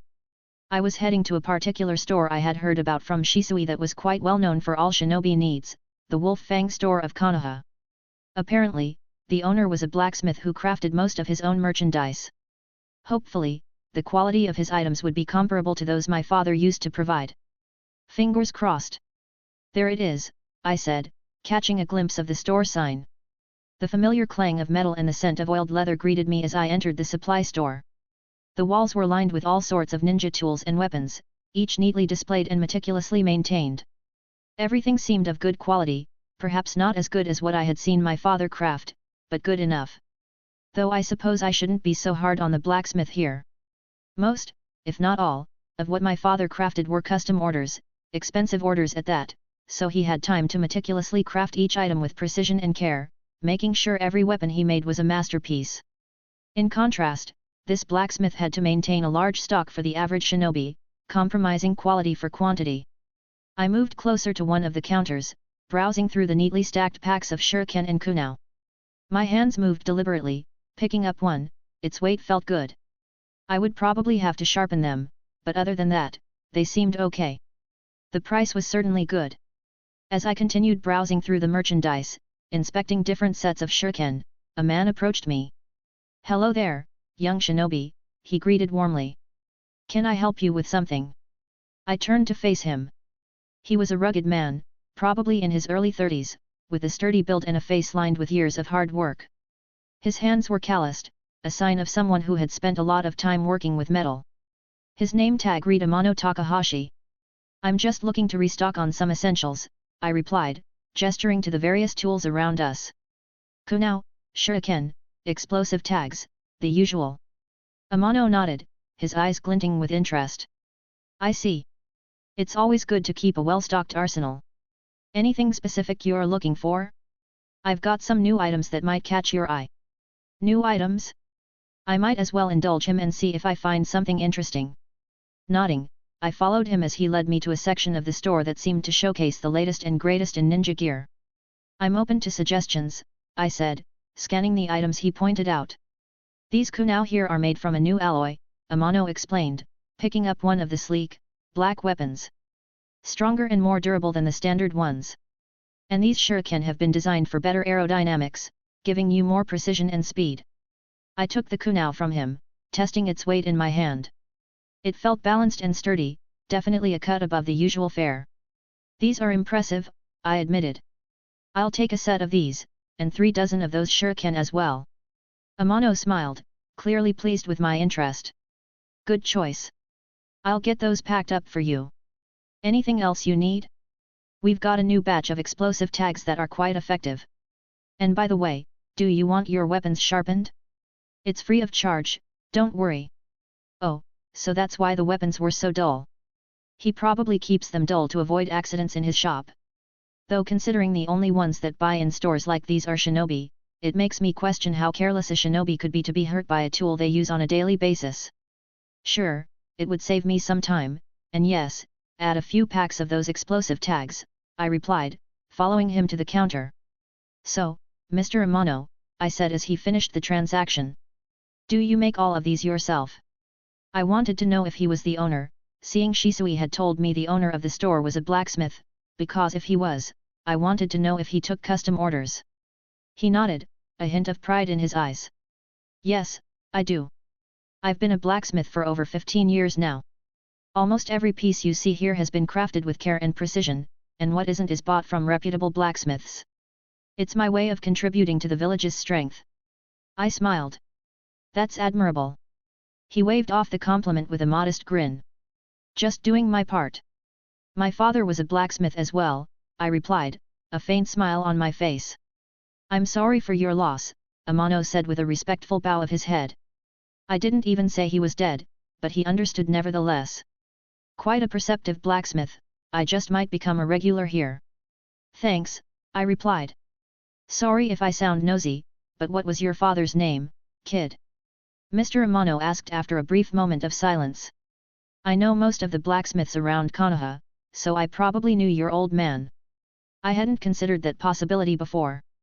My father did spend a lot of his time in the blacksmith circles of Konoha, so it stood to reason that he might have known Mr. Amano and many other blacksmiths. I just never met any of his friends, and my father never brought anyone home to eat or anything. Arita Yoshiro. Recognition touched Mr. Amano's eyes as he heard the name, accompanied by a small, nostalgic smile. Ah, old Yoshiro. I remember him well.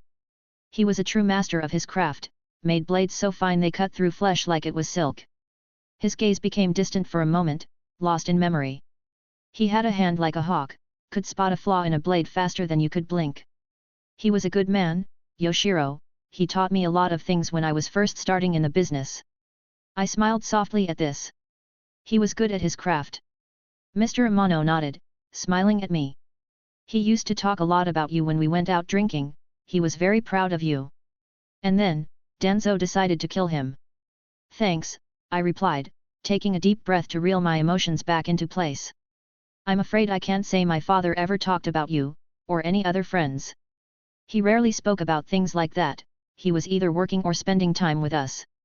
My father had a very strong philosophy that stated that the best way to live was to live in the moment. Meaning that if he was with you, he wanted to talk about you, not about his friends or what he did during the weekend, because for him, at that moment you were more important than anything else. He also believed it was best to keep most friendships outside the home. Mostly because he didn't like the idea of having my mom cleaning up after his drunk friends, so whenever he decided to have fun, which wasn't often, he would go out. In short, my knowledge of my father's personal life outside the house was very limited. Only my mother knew what he was doing at all times. That's okay, Mr. Amano chuckled, scratching the back of his head. He was very eccentric, like most shinobi, so we didn't mind. We all knew how Yoshiro was, and we loved him like that. I chuckled. I suppose that's one way to describe my father. Eccentric. Did you know your father was the godfather of my daughter? Mr. Amano asked, his gaze now taking on a layer of tender sentimentality. I blinked in surprise. No, I didn't. Though that would explain why that one time in particular he was buying clothes for a baby with mom. At the time, I had just assumed they were for Mito, but now that I think about it, I don't remember him giving the clothes to Mito, and if that wasn't enough proof, I never saw Mito wearing any of those clothes. Normally, one would assume that the mother in question just didn't like the clothes for the baby, but that couldn't be the case here. I mean, Lady Mikoto had allowed the little princess to wear fashion monstrosities that Kushina had bought for her. Yes, he said with a nod. My daughter, Tenten. She's almost 2 years old now. His eyes twinkled as he smiled at the memory. When she was born, Yoshiro was one of the first to hold her. He had that firm yet gentle grip of his, cradling her as if she were spun from the thinnest silk. I knew then, there would be no better choice for a godfather. I tried to picture the scene in my mind, a fond smile forming on my face. Just how close of a friend you had to be with someone to be there when they have their kid. Wait, a minute, did he say his daughter was Tenten? Unless Tenten was a more common name than I imagined, which I doubted since this was the first time I had heard it in person, it meant my father was the godfather of one of the main characters of the show. Well, to be fair, main character felt like a bit of a stretch, seeing my memories of her were very few, and somehow I doubted the memories I didn't have about the show, well, showed more about Tenten. I remember telling him, "Look at her, Yoshiro. Isn't she the most beautiful thing you've ever seen?" Mr. Amano chuckled. He replied, telling me I was already whipped, and she wasn't even a few days old. I snorted. That sounded like something my father would say and then get scolded by my mom. That sounds like him. Mr. Amano smiled, scratching the back of his head. "Do you want to meet my little chipmunk?" Chipmunk. The pet name he had for his daughter left a warm bubble of laughter on my tongue. Why not? I have nothing on my schedule.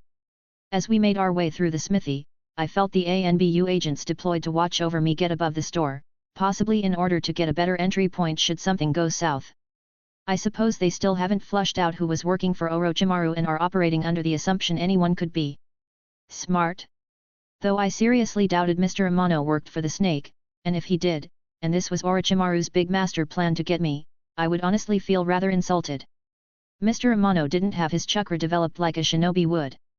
He seemed to be able to use chakra based on what I felt about him, which was to be expected, seeing he needed to be able to use chakra to work with chakra metals, but regardless of that, he was still a civilian with a few chakra-related skills, most of which had no combat application. Pushing those thoughts aside, I continued walking as Mr. Amano guided me towards a surprisingly cozy-looking room nestled in the corner of the smithy, its entrance veiled by thick, embroidered hemp curtains. Stepping inside, I was met with a pink-colored room, full of wooden toys, most of them wooden kunao, shuriken, and other weapons but made out of wood. In the middle of the room, I found what I assumed was the chipmunk. A girl with pigtails and wide hazel eyes sat on the tatami mat floor, engrossed in play. As she looked up at us, her face lit up like a lantern. "Papa!" she squealed, running towards him with her chubby arms open. I can see the resemblance between her and her portrayal on the show. "How's my little chipmunk?" Mr. Amano asked, scooping the excited toddler into his arms. Her squeal of delight echoed within the room. "Gwad, Papa!" she chirped before her gaze settled on me. Inquisitive hazel eyes stared at me, and her head tilted slightly to the side, mirroring a curious cat. "Papa, who dat?" Mr. Amano chuckled, jiggling her slightly on his knee, as he gestured towards me with a calloused hand. "This here is Takeshi." He gave me a warm look before looking back down at his daughter, pausing for a bit, as if deep in thought. "He's, I don't know what your father being my chipmunk's godfather makes you. It makes us nothing, as far as I am aware, though I wasn't one to read or research about these kinds of subjects, so I could be wrong." "Hi, Taichi." The little girl waved energetically, her hand flapping like a frantic bird's wing as a chuckle slipped past my lips at her enthusiastic attempt to pronounce my name. "Hi," I replied, giving her a small wave back. Her mouth formed a wide O of surprise before she giggled and hid her face. "Papa, Taichi is a nobi." Tenten whispered close to her father's ear, her tone sounding shyly excited. "I'm, a what? Nobi?" Mr. Amano chuckled. "That's right, my little chipmunk, he's a shinobi." "Oh, she was trying to say that I am a shinobi. That makes more sense. Honestly, one would expect that after all this time with Mito, I would be proficient with baby/toddler language, but it seems each toddler has their own unique dialect." Shyly, Tenten walked towards me, stopping a few inches away from me, and began tugging on my pants. "Shinobi jutsu, please." I chuckled, looking at Mr. Amano. "If you want, nothing dangerous though," Mr. Amano replied, smiling brightly. Deciding to indulge the mini Tenten, I used the transformation jutsu to transform into a cat, my form shrinking and contorting under the jutsu until I was a soft-furred black feline with gleaming silver eyes. Tenten's chubby cheeks flushed with excitement as she clapped her hands together, exclaiming, "Kitty!" She reached out to touch my new form, her small fingers light against my fur, and I purred loudly, a sound that brought a burst of giggles from Tenten. What can I say? A true shinobi has to know how to play the part he's required to, in short, if you need to be a cat, know how to purr. "Again, again!" she cried, bouncing on her toes. With a quick puff of smoke, I transformed back into my human form, bowing slightly to the wide-eyed toddler like a showman. "Unfortunately, I have to go," I replied, ruffling her hair. Tenten pouted, her chubby cheeks puffing out adorably in protest. But Taichi, more nobijutsu. She stammered, her tiny fists balling at her sides. Later, Chipmunk, Mr. Amano assured, scooping her up in his sturdy arms. Shinobi are busy people, sweetheart. Besides, he needs to train, so he can show us bigger and better jutsu next time. Tenten seemed mollified, her pout turning into a small smile. Tain, like Taichi? She asked, pointing at herself. One day, Mr. Amano replied, kissing her on the forehead. Chapter 46, Irika. Arita Takeshi, POV. After Mr. Amano finally managed to convince his daughter that I needed to go, which took him like 20 minutes, we went back to his store where he rang me up for my items. He gave me a discount of 25% off my total, saying it was the family discount, and that if I ever needed anything weapon-related, his doors were open. With everything I needed checked off my list, I began walking back home. However, just when I was about to leave the trade market, I felt a presence behind me stumble and trip. Instinctively, I sidestepped, avoiding what turned out to be a rather impressive face plant to the ground. Turning around, I saw a boy a few years older than me sprawled out on the ground, groaning in embarrassment and pain, maybe more embarrassment than pain. A couple of books and scrolls lay scattered around him, and a kunao had rolled a few feet away. His Konoha headband gleamed in the afternoon sun, identifying him as a fellow genin. I doubted he was a chunin, his chakra didn't seem refined enough for the position. Suppressing a laugh, I walked over and extended a hand to help him up, a faint smile on my face. You okay there? The boy groaned again before lifting his head, revealing a sheepish expression in a face covered in dirt. Yeah, just, didn't see that rock there, he muttered, accepting my hand and pulling himself up. He brushed the dirt off his clothes, wincing slightly as he did. I can't believe I tripped over nothing. I couldn't help but smirk a little. Gotta watch where you're going, especially if you're a ninja, I said, my eyes briefly glancing back at his headband. Now that I think about it, he looks familiar somehow, but I can't put my finger on it. He nodded, looking a bit embarrassed. Thanks. I'm Umino Irika, he introduced himself, extending a hand for a proper handshake as he flashed me a big smile. Well, it seems today is my day for meeting all the show characters, how fun. Arita Takeshi, I replied, shaking his hand firmly. Where were you headed in such a hurry? Irika scratched the back of his head, looking even more embarrassed. Just trying to get to the training grounds before it gets too dark. My parents told me I had to be home before dinner. Guess I wasn't paying enough attention. Parents? I could have sworn Irika had lost both of his parents in the show. Does that mean I somehow averted that outcome from ever happening? If that's the case, I can't help but wonder just how many things are different now. Wait, did you say your name is Arita Takeshi? Irika interjected, his eyebrows furrowing together in thought. As in, the Arita Takeshi that graduated from the academy in just a few months. Oh, I'm famous now? That would be me, yes. I have to say, I didn't know I was famous. Are you kidding me? You are a legend in the academy. Irika exclaimed, eyes wide with disbelief and awe. I mean, everyone talks about how fast you moved through the ranks. It's really inspiring, you know. As flattering as that is, I wasn't the only one to graduate early, I replied, finding his enthusiastic admiration flattering, if not a bit unexpected. I know, but the other kid was a clan heir, the Uchiha clan heir at that, Irika explained, scratching his cheek absently. Don't get me wrong, kudos to him for graduating with you. But you're different. You're not from a noble clan or anything, you're a clanless kid, like most of us, and yet you managed to compete with them and even surpass most of them. It kind of felt like a win for all of us that you did what you did. Ah, I see, that makes sense. Well, I'm glad my accomplishments are being seen as an inspiration for others, I replied, offering him a faint smile. Having said that, do be careful when you're walking. That was a pretty nasty fall. Irika laughed, scratching the back of his head. Yeah, I guess it was. Thanks for not laughing too much. Well, today didn't go as I imagined it would. I honestly didn't expect to meet two canon characters one after the other, but I suppose it was bound to happen eventually. I had to say though, I was kind of happy my presence seemed to have altered some of the bad stuff that should have happened that day, like the death of Irika's parents, which I am pretty sure were destined to die in the original timeline. Did you find everything you were looking for? Itaki asked as he saw me approach the house, his gaze fixed on the setting sun. More than I expected, to be honest, I replied, smiling a little. Apparently, my father knew the blacksmith Shisui recommended me for my restock. In fact, it seems they were very close friends, seeing my dad was the godfather of Mr. Amano's daughter. Itaka turned to look at me, his eyes widening slightly. Is that so? He murmured, a flicker of interest crossing his otherwise normally impassive features. Indeed, I nodded, sinking down onto the porch next to him. Mr. Amano seemed quite surprised to see me, too.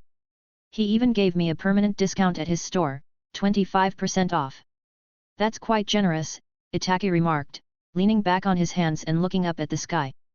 Shisui will get jealous. Oh, I was counting on that. Seeing he was already here, probably waiting to make an entrance. Well, as if on cue, a familiar voice chimed in as Shisui strolled up the path to the house, a wide grin plastered on his face. What's this I hear about a discount for my favorite blacksmith? Who knows, I replied, a faint smile on my face. I knew he had heard, so let's play this game, Shisui. That's not what I've eavesdropped. Shisui replied, crossing his arms as he nodded in a prideful manner. I heard you tell Itaki, distinctly, that you were getting a 25% discount. And as your self-appointed older brother, I have but one thing to say. He paused, using the body flicker to appear in front of me. Come on, Takeshi, you gotta share the love. Let me in on this discount action. Do you know just how many useless things I could buy with that discount that I would never use? Oh, that? Not a chance, I said, crossing my arms over my chest. As a part of this team, it is in our best interest that you don't have any disposable income. I agree, Itaka nodded, getting a look of hurt betrayal from Shisui. Don't be mean, don't do this to your extremely attractive brother. Shisui replied, pretending to be on the verge of tears. Let me make terrible economic decisions, so that you can learn from them. That is my duty as your older brother. I rolled my eyes. You're not getting my discount, Shisui. Nice try, though. Shisui put on his best puppy dog eyes, leaning in closer. Please, Takeshi? Pretty please? With a kunao on top. That only works for Mito, I replied, rolling my eyes at him. Itaki watched the exchange with mild amusement.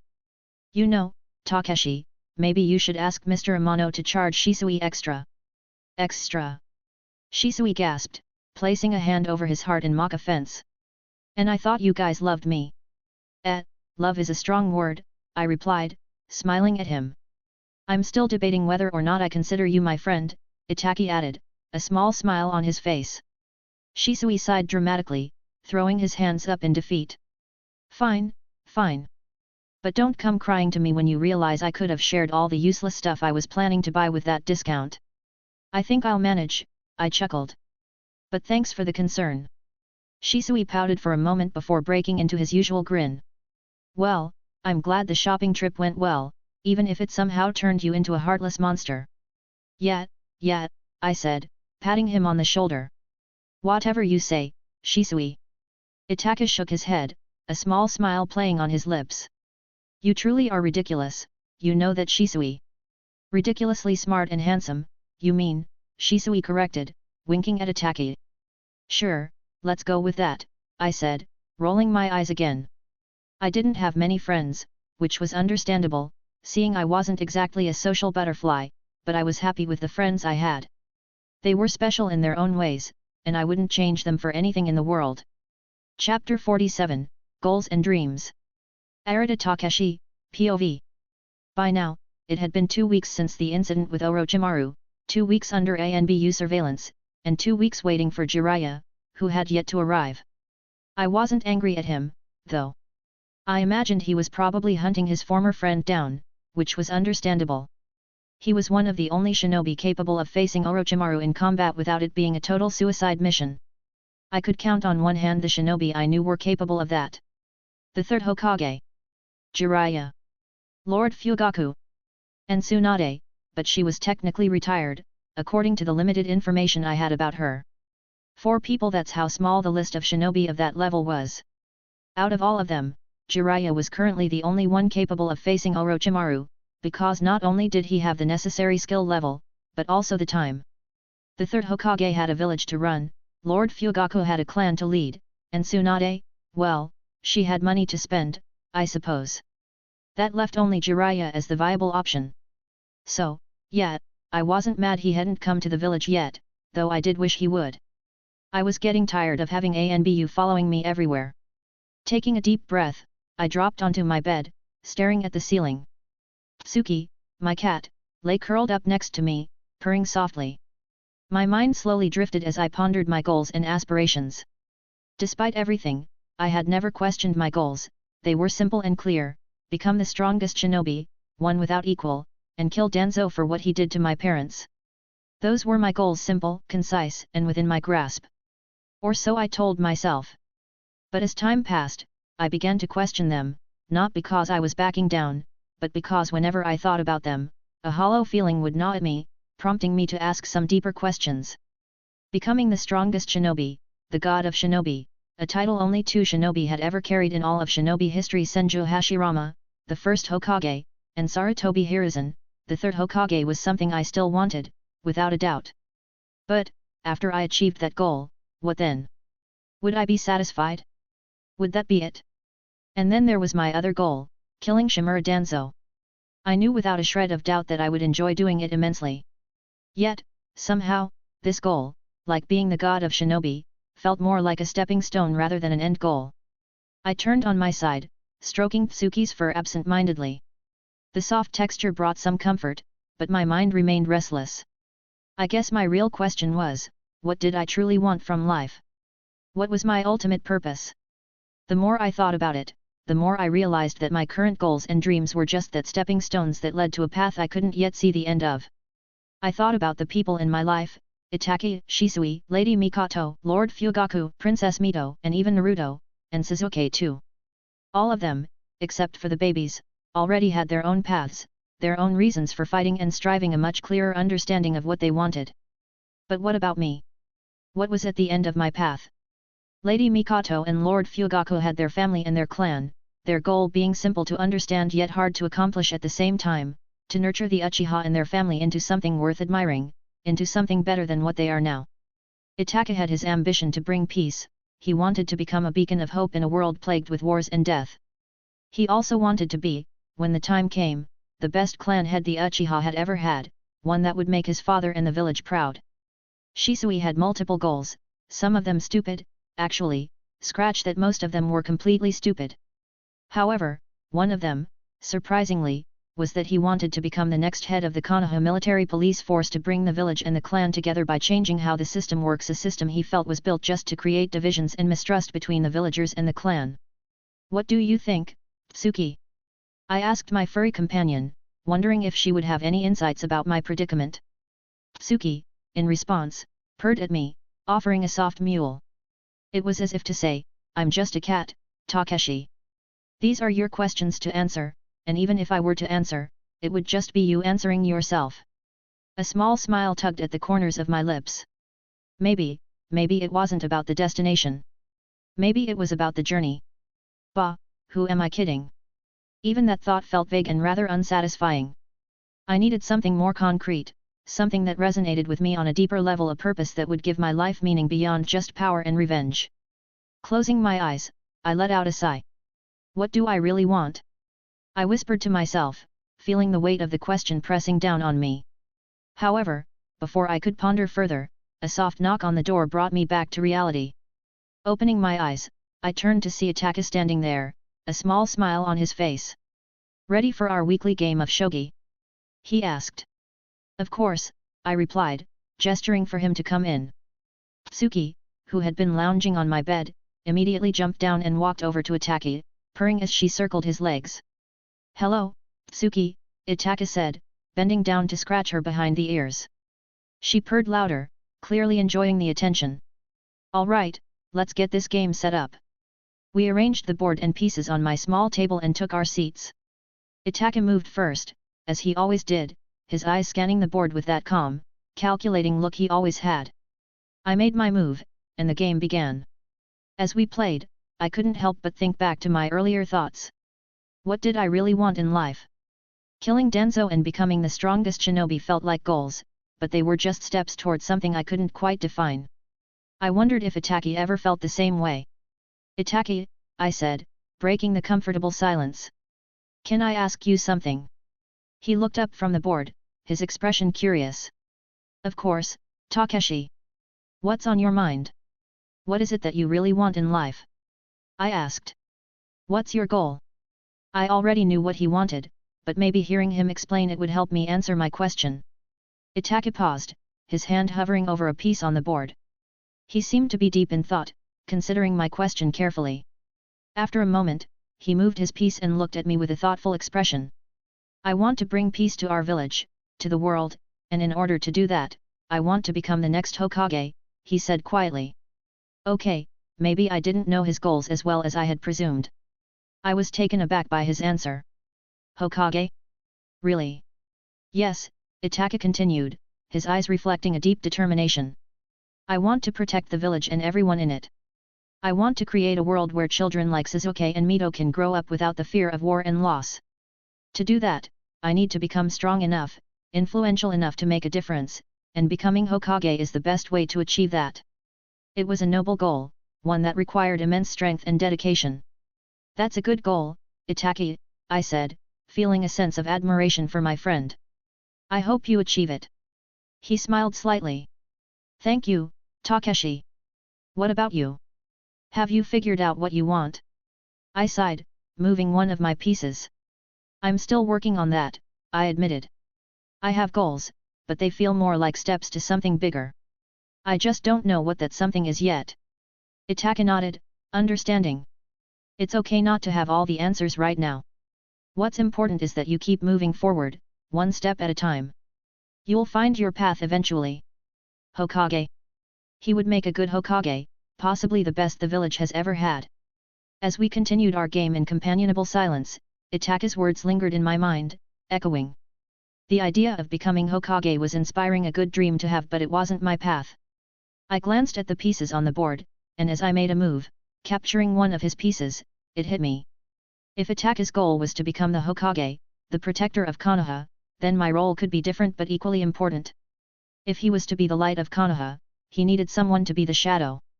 I've decided, I said, breaking the silence, a faint smile on my face. Itaka looked up, curiosity in his eyes. Oh? That was fast. If your goal is to become the Hokage, the light and beating heart of Konoha, then mine will be to become the shadow of the village, the darkness and blade that protects it all, I said, feeling a comforting sense of clarity. I'll be your right hand, protecting the village from what you can't, so you can focus on being the leader everyone needs. Itaka's eyes widened slightly, then a small smile spread across his face. My right hand, you say? His smile grew larger. I would like that very much. Chapter 48, Sage. Doubts? Arata Takeshi, POV. I was in the middle of practicing my aim at the local practice range when an Anbu agent appeared out of nowhere, his mask hiding his identity, albeit poorly. He was the strongest of all the Anbu that had been assigned to watch me, with white, spiky hair and a scent that reminded me of dogs. If that wasn't enough to identify him, the distinctive feel of his left eye as sharingan was a dead giveaway. The eye seemed to be constantly siphoning his chakra in large quantities. That couldn't feel good for him. Arata Takeshi, totally not Kakashi said, his voice muffled but authoritative. The Hokage has summoned you. I paused, turning to look at him. What's this about? I asked, though I had a pretty good idea. I had felt Jiraiya's presence arriving in the village a few hours ago, so it probably had something to do with him. But it didn't hurt to ask. Totally not Kakashi didn't answer, simply motioning for me to follow. So, instead of asking again, I just sighed and fell in step behind him. We moved swiftly through the village, the familiar sights passing by in a blur. As we reached the Hokage tower, totally not Kakashi led me up the stairs and down the long hallway to the Hokage's office. The doors were already open, and I could see the third Hokage sitting behind his desk, a stack of papers before him. Jiraiya stood to the side, his usual laid-back demeanor somewhat subdued. Hokage-sama, totally not Kakashi announced, Takeshi Arata is here. Thank you, you are dismissed, Hiruzen said, waving him away. Come in, Takeshi, take a seat. I stepped into the office, waving at the toad summoner, who simply offered me a nod and a small smile. He looked tired, no, he looked exhausted, and not just physically, but mentally. He looked on the verge of a mental breakdown. You wanted to see me, Lord Third? I asked, keeping my tone respectful. Hiruzen nodded, his eyes serious, taking a few puffs from his smoking pipe. Yes, Takeshi.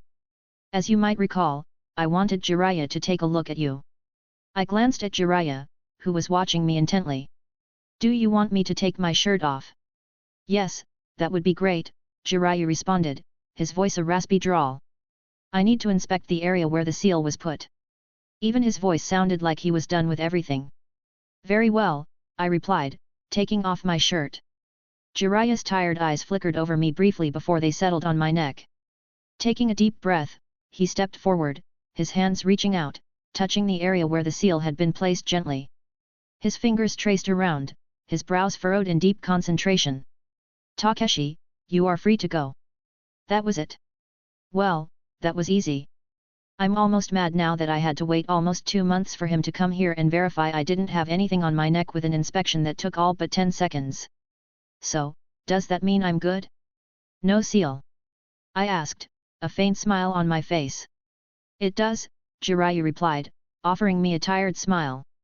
Third person, POV. Hokage's office. After Takeshi left the Hokage's office, the atmosphere in the room grew more serious. Hiruzen Sarutobi leaned back in his chair, his eyes fixed on Jiraiya, who was still standing near the desk, deep in thought. Jiraiya finally broke the silence with a tired sigh that seemed both relieved and puzzled. The seal is completely gone, Sensei.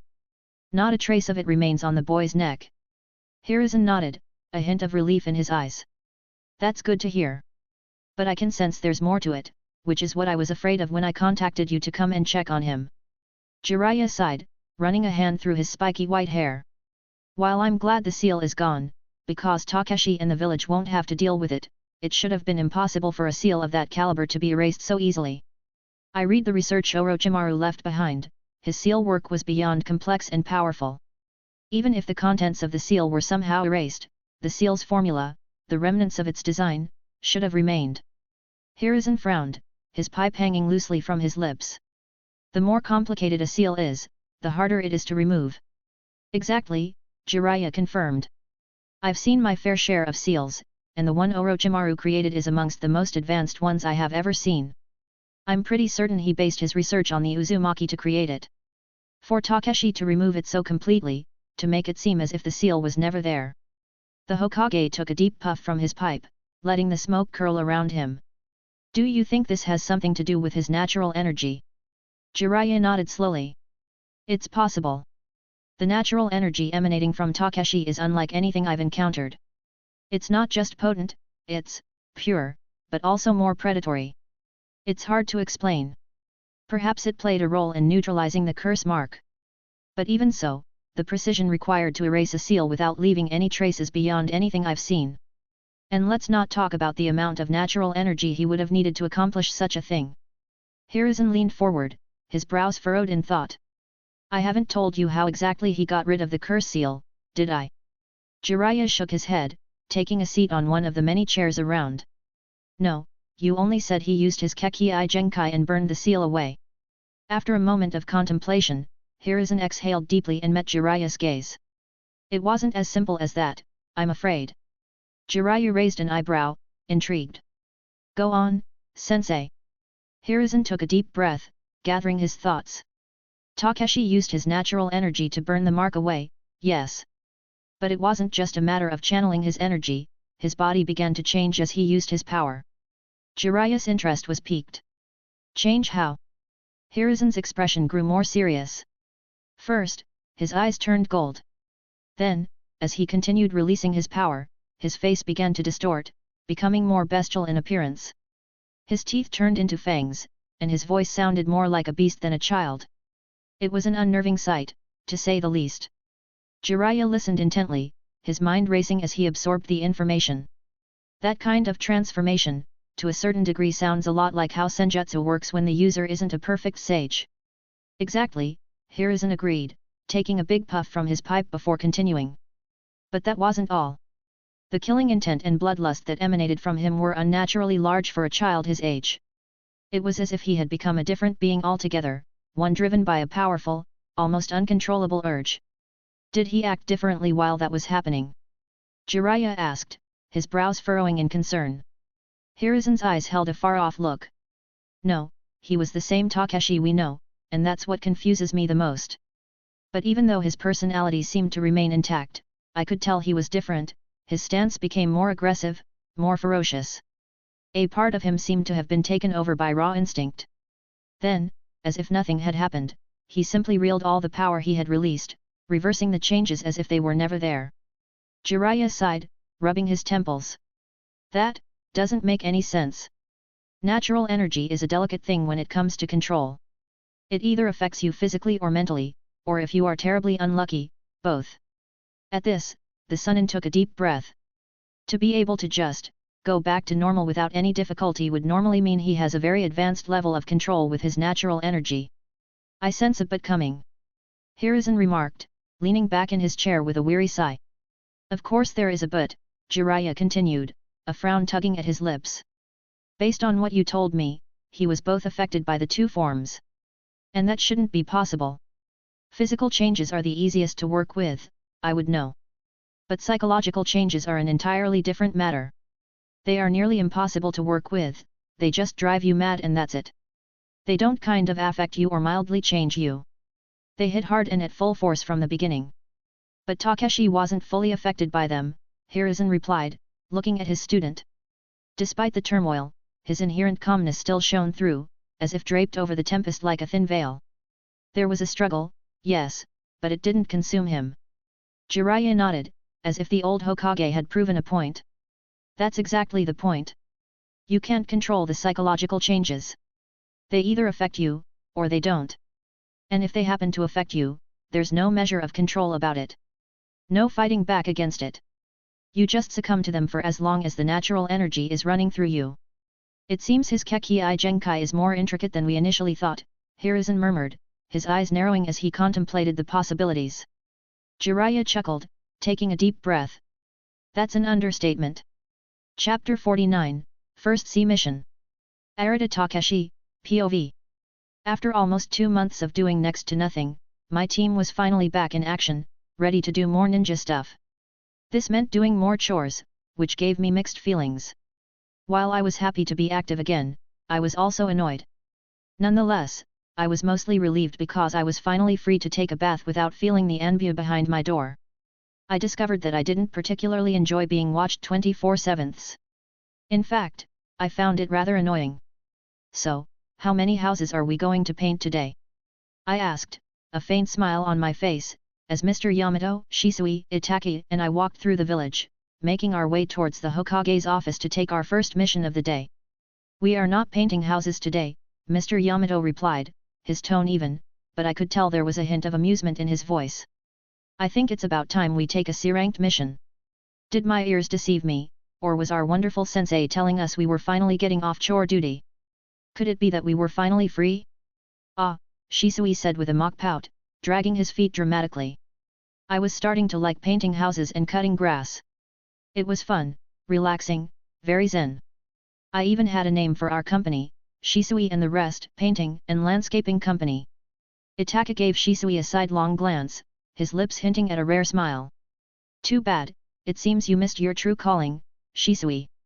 Don't pay attention to him, Shisui. There's still time, I added, smiling. You can still be the landscaper of the hidden leaf. No village with grass will ever wrong you, lest they want a messy yard. Shisui chuckled, before turning his gaze to the horizon, his eyes taking a subtle tone of longing. Oh, that would be the dream. I could even open a branch in every ninja village. But alas, without me, your lives would be dull and colorless. That's the sacrifice I'm willing to make for your sake. You can talk about your gardening dreams later, Mr. Yamato interjected, the sternness in his voice not quite masking his amusement. We are about to request a mission, our first C-ranked mission as a team, so act accordingly. We arrived at the Hokage's office, which was bustling with activity as usual. As we approached the greeting desk, the receptionist glanced up and nodded. Good morning, Mr. Yamato. The Hokage is expecting you. Morning, Aiko, Mr. Yamato replied, offering her a curt nod. We followed silently as he led the way up a winding staircase, down a narrow corridor, and into the Hokage's office, where our sensei knocked on the door. After a moment, we heard the third Hokage's voice from within. Come in. We stepped inside, and the Hokage looked up from his paperwork, a calm and knowing smile on his face. Ah, Team Yamato. What brings you here today? Ready for a new mission? We have some fences that need a new coat of paint, and I think Tora escaped again. I could feel my eye twitch at that. As tempting as that sounds, Lord Hokage, Mr. Yamato began, bowing slightly. I would like to request a C-ranked mission for my team. The Hokage raised an eyebrow, his gaze shifting to us for a moment before returning to Mr. Yamato. Do you believe they are ready for it? Without a doubt, Mr. Yamato replied confidently. They have trained hard and are more than capable of handling a C-ranked mission. The Hokage leaned back in his chair, contemplating for a moment before nodding.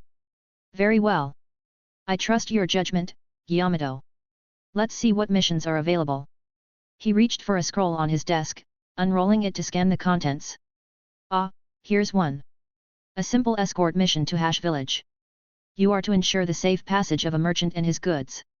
A merchant escort mission? Well, I have to say, I am more than happy with this.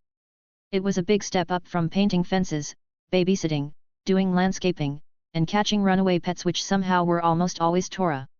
I glanced at Itaki and Shisui, both of whom seemed just as eager as I was.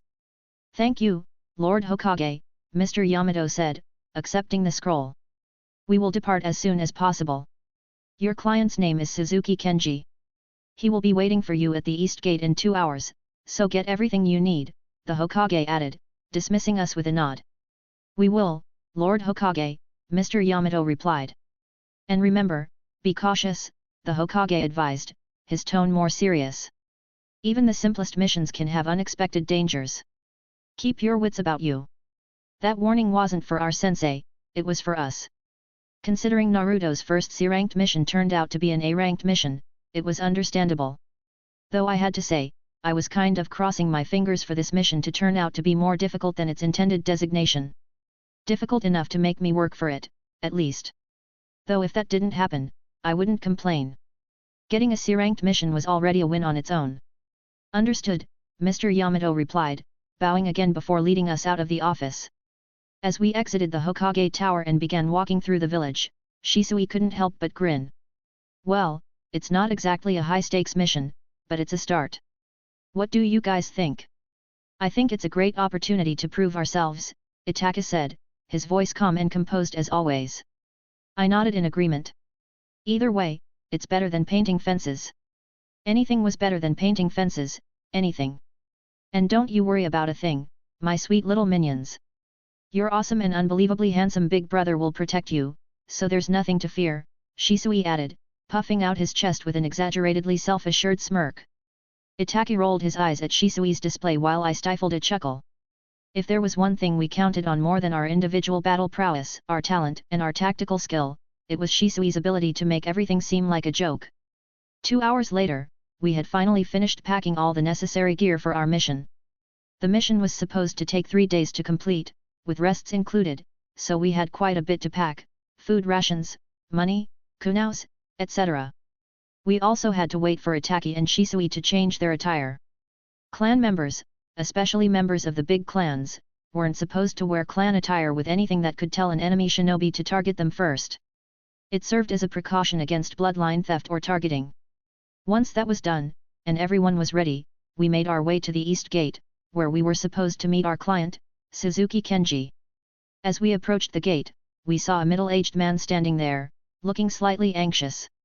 He had a well-groomed appearance, with a neatly trimmed beard and a pair of glasses perched on his nose. Beside him were 2 large carts filled with various goods, covered with tarps to protect them from the elements, a few horses to move the carts, and a few employees to move the horses. Suzuki Kenji. Mr. Yamato called out as we got closer. The man turned and gave us a relieved smile. Yes, that's me. You must be my escorts. Thank you for taking this job. He didn't look particularly bothered that 3 out of his 4 escorts were kids. I was kind of expecting him to be bothered by that. I'm glad I was wrong. I liked being wrong about stereotypes, it felt refreshing. Mr. Yamato nodded. I'm Yamato, and these are my students, Takeshi, Itaki, and Shisui. We will ensure your safe passage to Hash Village. Suzuki Kenji smiled, scratching the back of his head as he looked at us. So young, but I've heard great things about the Konoha shinobi. I'm sure we're in good hands. He made a comment about our age, but I still feel I'm right. Don't worry, Mr. Suzuki. We'll get you and your goods to your destination safely, Shisui said, flashing his usual confident grin. I looked at the carts, mentally noting their size and the potential challenges they could pose during the journey. What exactly are we transporting? I asked, curiosity getting the better of me. Mostly food, seeds, and some valuable merchandise, Suzuki explained. Nothing too dangerous, but valuable enough that it might attract the wrong kind of attention. We are under bandit season, so it's best to avoid. Itaka nodded thoughtfully. We'll be on our guard, sir. Mr. Yamato glanced at the sky, noting the position of the sun. We should get moving. The sooner we leave, the better. It's not wise to travel at night with carts or wagons. If we were dealing only with bandits, yes it was. But there was always the chance of encountering an enemy shinobi once you left the village, and no matter how slim those odds were, once that happened, all bets were off. It was smart to act with caution, regardless of what was actually expected from this mission. That sounds like a good plan, I replied, offering the client and Mr. Yamato a faint smile. Chapter 50, Killing is a Job. Arata Takeshi, POV. We had been on the road for a day and a few hours now, the sun climbing steadily higher in the sky. The mission was simple: escort Mr. Suzuki, his employees, and his merchandise safely to Hash Village. Our sensei, Mr. Yamato, led the way, scanning the path ahead for any signs of traps, bandits, or enemy shinobi. It made sense, seeing as he was the most experienced of us all. Shisui was on the right, Itaki on the left, and I was at the back due to my status as a censor. My role was to keep an eye on everything from behind and on anything we couldn't see. Being a censor had its perks. I could feel the chakra signatures around us, ensuring there were no unexpected surprises. Mr. Suzuki, our client, rode in the lead cart, occasionally glancing back to check on his merchandise and employees who were riding the other carts. His trust in our abilities was clear, but I could sense the underlying worry in his chakra. I wasn't entirely sure why he was worried. Even the weakest of shinobi could deal with a bandit, not that we had seen any bandits yet.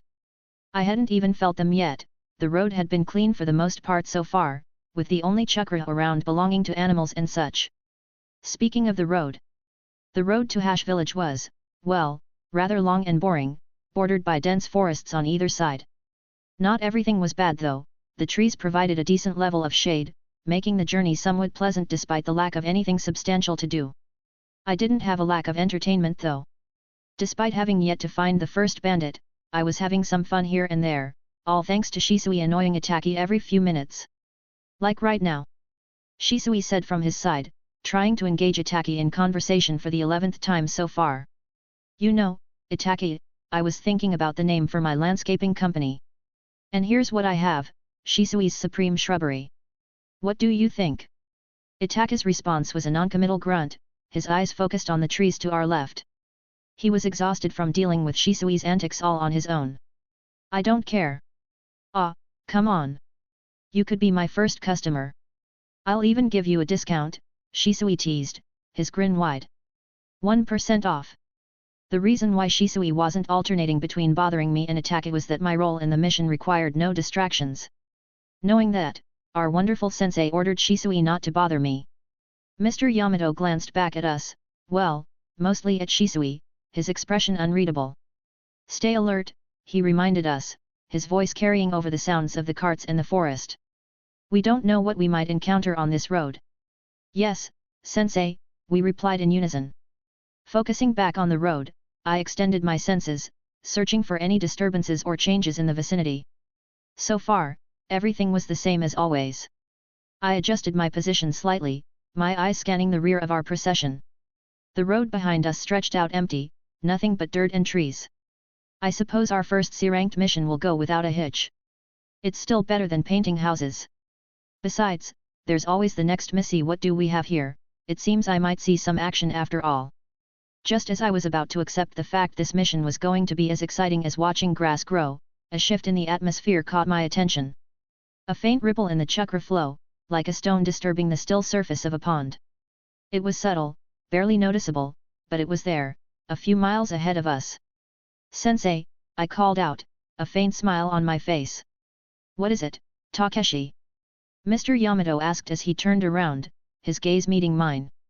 I felt a large group of chakra signatures a few miles ahead of us, none of them shinobi, I replied, tilting my head as I made some mental calculations to determine how soon we would reach them. We should reach them in about 5 hours, maybe less if we keep this pace. A thin line edged itself between Yamato's brows. Understood. Keep me updated on their movements. Shisui, Itaki, keep your eyes open. Yes, Sensei, we echoed once more. Returning my attention to the chakra signatures ahead, I started memorizing their positions and movements as I began to build a mental map of the area in my mind. Each new feeling added another piece to the puzzle, another layer to the detailed image I was constructing. I could feel at least 40 people in that group so far. 5 hours later. Just as I had calculated, we encountered the group of bandits 5 hours after I noticed their presence from afar. They were blocking the road ahead. All 40 of them, each armed with various weapons, looked eager to use them. The leader, a tall man with a scar running down the side of his face, stepped forward, a wicked grin spreading across his lips. Well, what do we have here? He sneered, his eyes gleaming with malice. A bunch of kids, a single shinobi, and a merchant.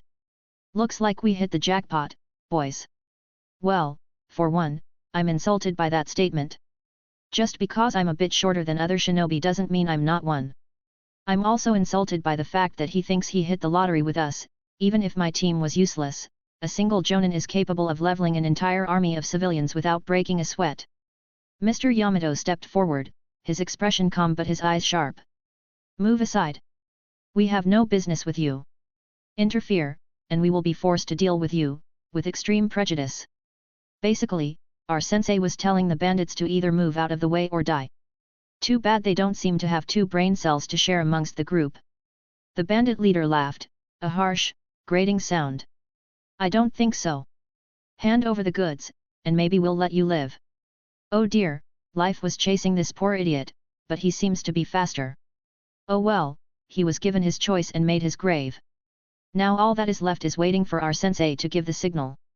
Team, Mr. Yamato said, his voice steady. Let's take them down quickly and efficiently. And there are our orders. Time to execute them, the orders, I mean, though I suppose it applies both ways. The encounter with the bandits ended in less than a minute. It wasn't fun or educational, it was just a simple execution of a possible threat to our client. I killed 12 bandits and ended up beheading the leader of the group, which, funny enough, was the first one to die a poetic ending if you ask me, considering he had the option to just walk away, saving his life and the lives of his subordinates. But alas, intelligence was a hard commodity to come by. And well, chances were those guys hadn't picked their career path due to their outstanding genius. Anyways, now that the bandits were gone, their bodies nurturing the wildlife in the forest, the road was completely clear. All that was left to do was escort our client to his destination, and mission complete. As for our client, he seemed a bit disturbed by the events that had just unfolded. I suppose seeing a group of kids slaughter such a large group of bandits would be unsettling to an average civilian. His pale, sweaty face couldn't hide his discomfort as he pushed his horse around the carnage splayed across our path, his eyes darting anxiously to each of us in turn. I could see him wrestling with the realization that had just hit him like a kunai to the chest. We were not mere children or simple bodyguards, we were deadly shinobi trained to kill without hesitation. Our sensei, Yamato, seemed to realize his discomfort as well, before he shot him a stern look. If you're uncomfortable with the sight of blood, I suggest you look away, he said, his voice harsh and unyielding. And remember, they wanted to kill you for your money, just like they had done before with many merchants. They would have offered you the same amount of mercy we offered them. A nice way of saying, they had to die, one way or another. If we hadn't killed them and had instead decided to just beat them up, they simply would have killed the next merchant on the road, this time making sure it was one without shinobi to protect them. The man seemed to shrink under his gaze, a panicked nod all he could offer. I wonder what perturbs him the most. The sight of blood? The lifeless bodies? The immense power shinobi have compared to ordinary individuals? Or maybe it's our youth that bothers him the most. Oh well, I suppose either way it doesn't matter, after all, I don't really care. Chapter 51, Shared Burden. Arata Takeshi, POV. I sat in my room, a book about advanced chakra control open in front of me. The quiet of my surroundings was calming, which was something one could expect from the Uchiha compound. Tsuki lay curled up beside me, her rhythmic purring adding to the tranquil atmosphere. It had been a few weeks since we returned from our first C-ranked mission. After our success, we had started taking mostly C-ranked missions. A nice change of pace for the most part. We still did the odd D-ranked mission here and there, but it didn't bother me as much now because we had variety. As I read through the pages, my thoughts began to wander, drifting away from the text.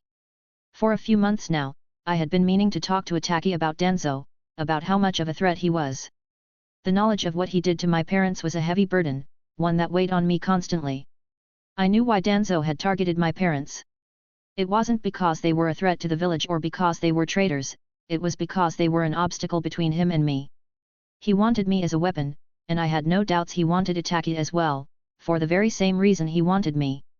The difference was Itaki had an entire clan behind his back, not just 2 people.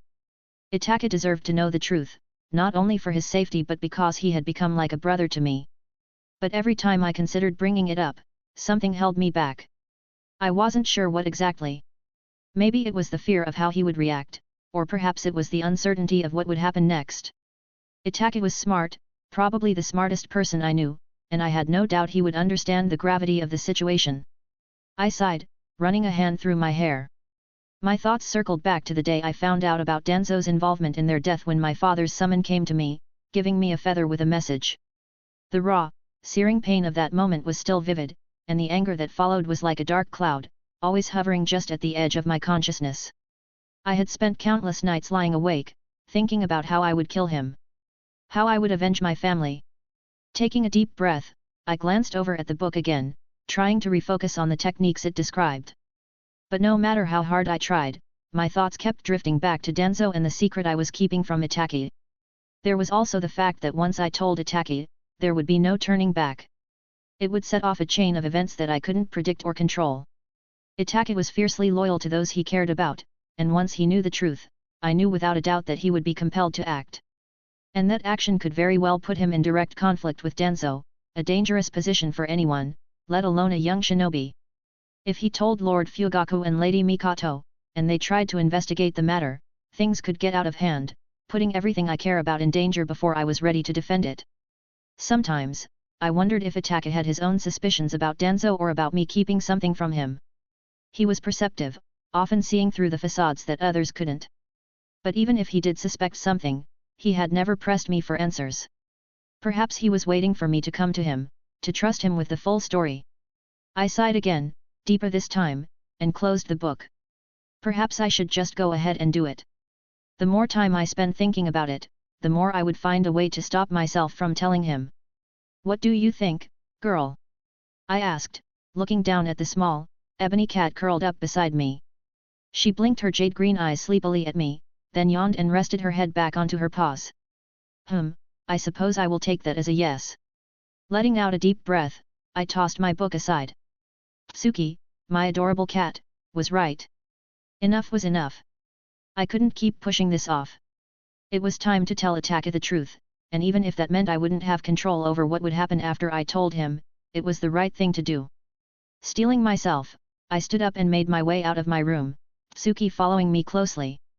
Itaki was in his room, probably studying or meditating as he often did. And his room was just a few steps away from mine, making the amount of time where I could change my mind almost non-existent. Knocking gently on his door, I waited for his response. "Come in," came his calm voice.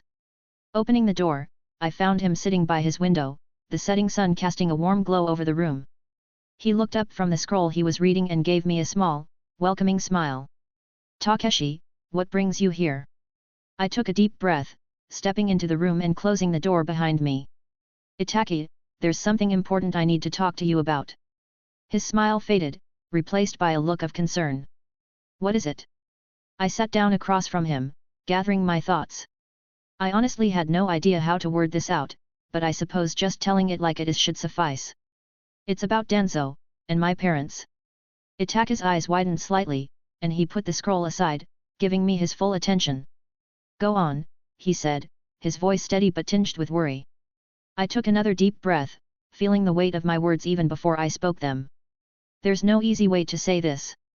Itachi, the night my parents died, it wasn't because of the 9 tails. Shimura Danzo was behind their death. He ordered some of his men to kill my parents. The reason behind this being that he wanted me for his own purposes, and my parents were, in his eyes, nothing but an inconvenience in his plans. Itachi's eyes narrowed, his hands clenching into fists as his chakra turned sour with anger. Shimura Danzo, that man. He believes me, just like that? There were no signs of doubt or anything similar, just trust. His unwavering trust in me was both touching and terrifying. He wasn't questioning me or doubting my words, even though I knew he understood the gravity of the situation and what this meant. It was as if he had blind faith in me, willing to believe me despite the potential consequences. I nodded, pushing my thoughts aside for the time being. I learned about this truth soon after their death. My father's summon came to me and showed me his last moments. My dad fought bravely to protect me, but he was sick, and eventually, his heart gave out. Before that happened, my father managed to leave me a message using a special technique from his summons, warning me about Danzo and his possible plans with me. He told me to be careful and to watch out for you as well. Itachi's expression softened slightly, the anger in his eyes giving way to a look of understanding and determination. He wants our talent. Just as I expected, he understood the main motive behind that bastard's actions. Yes, I said, my voice heavy with barely contained rage. He sees us as tools to be used for his own gain and what he thinks is the best for the village. That's why he had my parents killed. And it's very likely he's keeping an eye on you too, waiting for the right moment to strike. It's just harder to do anything against you, seeing you have an entire clan behind you. Itachi was silent for a moment, processing the information. Why didn't you tell me sooner? He finally asked, his voice calm but with a hint of hurt. I looked down, feeling a pang of guilt. I wanted to, but I didn't know how. Maybe I was scared of what it would mean, of what would happen next. I suppose a part of me didn't want to drag you into this mess, or perhaps I thought it would be best if I just dealt with this on my own. I don't know, to be honest. Itachi reached out, placing a reassuring hand on my shoulder. You are both the smartest shinobi I know, and the most stupid one. We're a team, Takeshi. And more than that, we're brothers. You don't have to carry this burden alone. I won't let you. As I stood there, speechless, I felt something wet on my face. Slowly, I reached up and touched my cheek, surprised to find it damp. Tears. I hadn't even realized I was crying. You do realize what my goal is now, don't you? I chuckled, wiping away the tears from my face. I want to kill him. Teresa was going to have a field day with this display of emotion. I know, Itachi replied, his eyes freezing over with a newfound hate, something so new in them, that it felt out of place in his normally kind eyes. Chapter 52, Enrollment. Arata Takeshi, POV. It's been a few days since Itachi and I had our heart-to-heart about Danzo. The weight of that conversation still lingered in the corners of my mind, but it also brought a sense of relief that I didn't know I needed. Sharing the burden, even partially, had made it more manageable. And as a bonus point, it had cleared my conscience about the possible threat that Danzo represented to Itachi. Today, like most days, I was sparring with Itachi in the training grounds of the Uchiha clan, the rhythm of our movements providing a sense of normalcy. We exchanged blows, dodged, and countered. It was a dance we both knew very well, and it allowed us to communicate without words, without anything but our fists. After a few hours of continuous sparring, with me winning most of the matches, our training session eventually came to a halt, mostly so that my Uchiha friend could catch his breath. However, after a minute or two, I began to notice that there was something troubling him, in much the same way that I had been troubled a few days ago. Takeshi, he said, his tone serious, I've been thinking about our conversation. It seemed the very thing that had been troubling me a few days ago was now bothering him as well. I nodded, wiping sweat from my forehead. I might not be tired, but I was still capable of sweating. Yet. He looked me in the eye, his expression firm. We should tell Shisui about this. If Danzo is targeting geniuses, it's very likely he already has Shisui in his sights. The thought had crossed my mind as well. Shisui was a monster, and it would make sense for Danzo to have an interest in him, just like he had in me. The main reason I had never even humored the thought of telling him was because despite considering him my friend, I didn't put him in the same category as Itaki. Itaki was like my brother. Shisui was not. But he was still my friend. I sighed. If Itaki thought it would be best to tell Shisui, we might as well do it. If you think that would help, why not? Itaki gave a small smile, one of relief and determination. I really think it will. Do you want to tell him now? I asked, tilting my head. He nodded, taking a deep breath. Yes, the sooner the better. We don't know how much time we have before that man starts moving his pieces across the board, and the longer we wait, the higher the chances of us failing in our mission. True. Danzo didn't strike me as a man who gave up on his plans easily, meaning chances were he was currently setting up the board to his advantage. For what reason exactly? I had no idea. My knowledge about the man and his goals was heavily limited. All I knew was that he wanted me, and that's it. Anything more would just be speculation on my part. Thankfully, I didn't have to know what his goals or motives were to know that I wanted to kill him.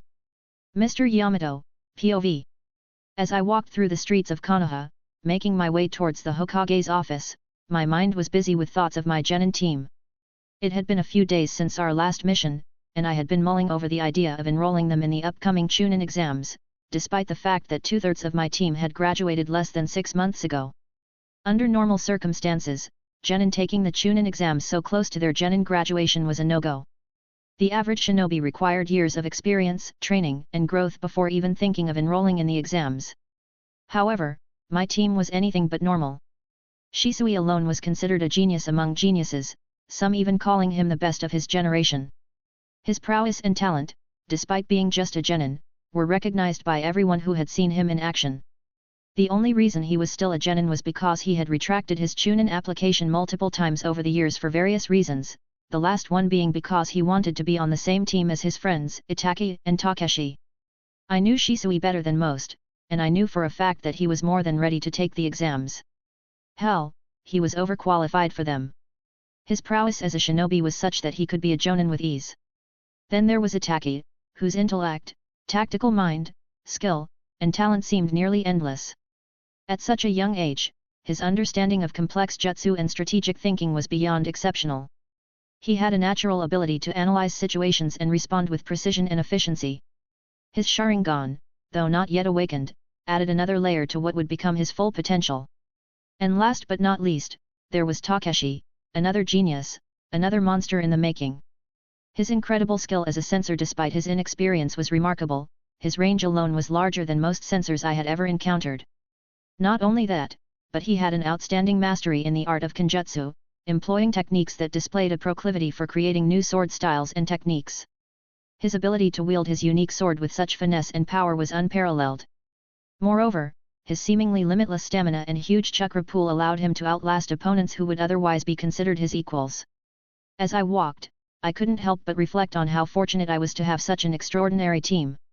Each of them brought unique strengths and perspectives that complemented one another perfectly. Geniuses were a rare commodity in the elemental nations, and to have all the geniuses of a single generation under a single team was beyond rare. Which is why I wanted to enroll them in the exams, in order to give them a good amount of experience in a controlled environment. The Chunin exams were something I believed would benefit them greatly. It would provide them with valuable experience and the opportunity to test their skills against a diverse range of opponents. While I had no doubt about Shisui's readiness to pass the test with flying colors, I knew Itaki and Takeshi could use the exams as practice. Despite their immense talent, they still had room to grow. They had little to no real experience, and the Chunin exams would push them to learn on the go. Moreover, the exams would serve as a way for them to gain recognition within the elemental nations. While they were already known for their abilities around the village, officially taking the Chunin exams so young would solidify their reputations and open up new opportunities for them down the line. I believed this was a necessary step in their development as shinobi, and I wanted to ensure they were given every chance to succeed. That was my duty as their teacher, to give them every tool at my disposal to nurture them into the next generation. As I neared the Hokage's office, I made up my mind. I would speak with Lord Third and propose the idea of enrolling my team in the upcoming Chunin exams. It was time for them to take the next step in their journey and prove themselves on a larger stage. Third-person POV, Hokage Tower. The leader of Team Yamato stood before the third Hokage, who was seated behind his desk, shuffling through a stack of documents.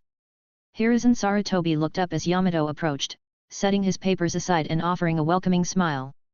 Yamato, it's good to see you, Hiruzen said warmly. What brings you here today?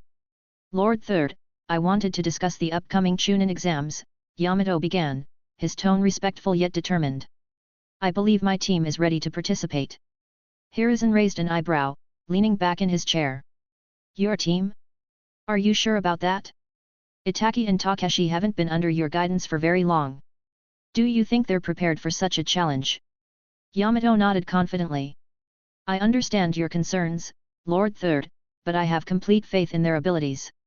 Shisui, as you know, is more than ready. He retracted his Chunin application last year just to remain with Itaki and Takeshi. His skills are exceptional, and his loyalty to his team is commendable. And what of Itaki and Takeshi? Hiruzen pressed, his gaze sharp.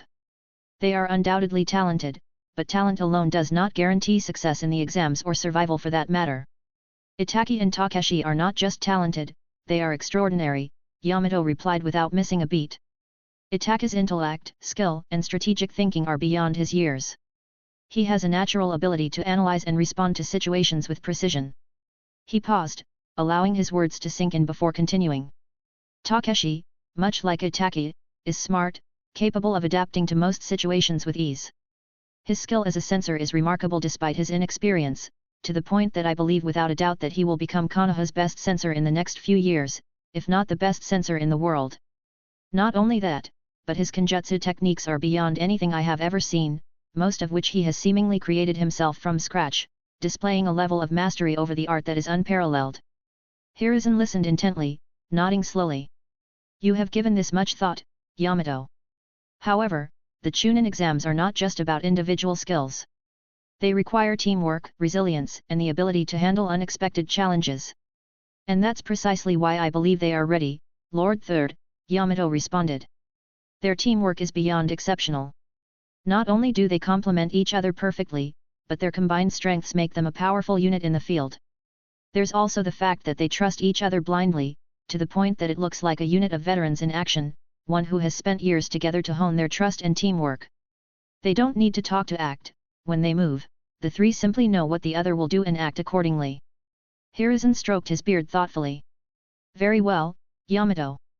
I trust your judgment. If you believe they are ready, I will support your decision. Thank you, Lord Third, Yamato said, bowing respectfully. I appreciate your trust and support. Hiruzen smiled warmly. You have a remarkable team, Yamato. I look forward to seeing how they perform in the exams. Ensure they are well prepared. I will, Lord Third, Yamato promised. They won't disappoint. Chapter 53, End. Itaki is traumatized. Arata Takeshi, POV. Our sensei had enrolled us in the Chunin exams. I will be the first to admit that I hadn't seen that turn of events coming my way. Not by a long shot.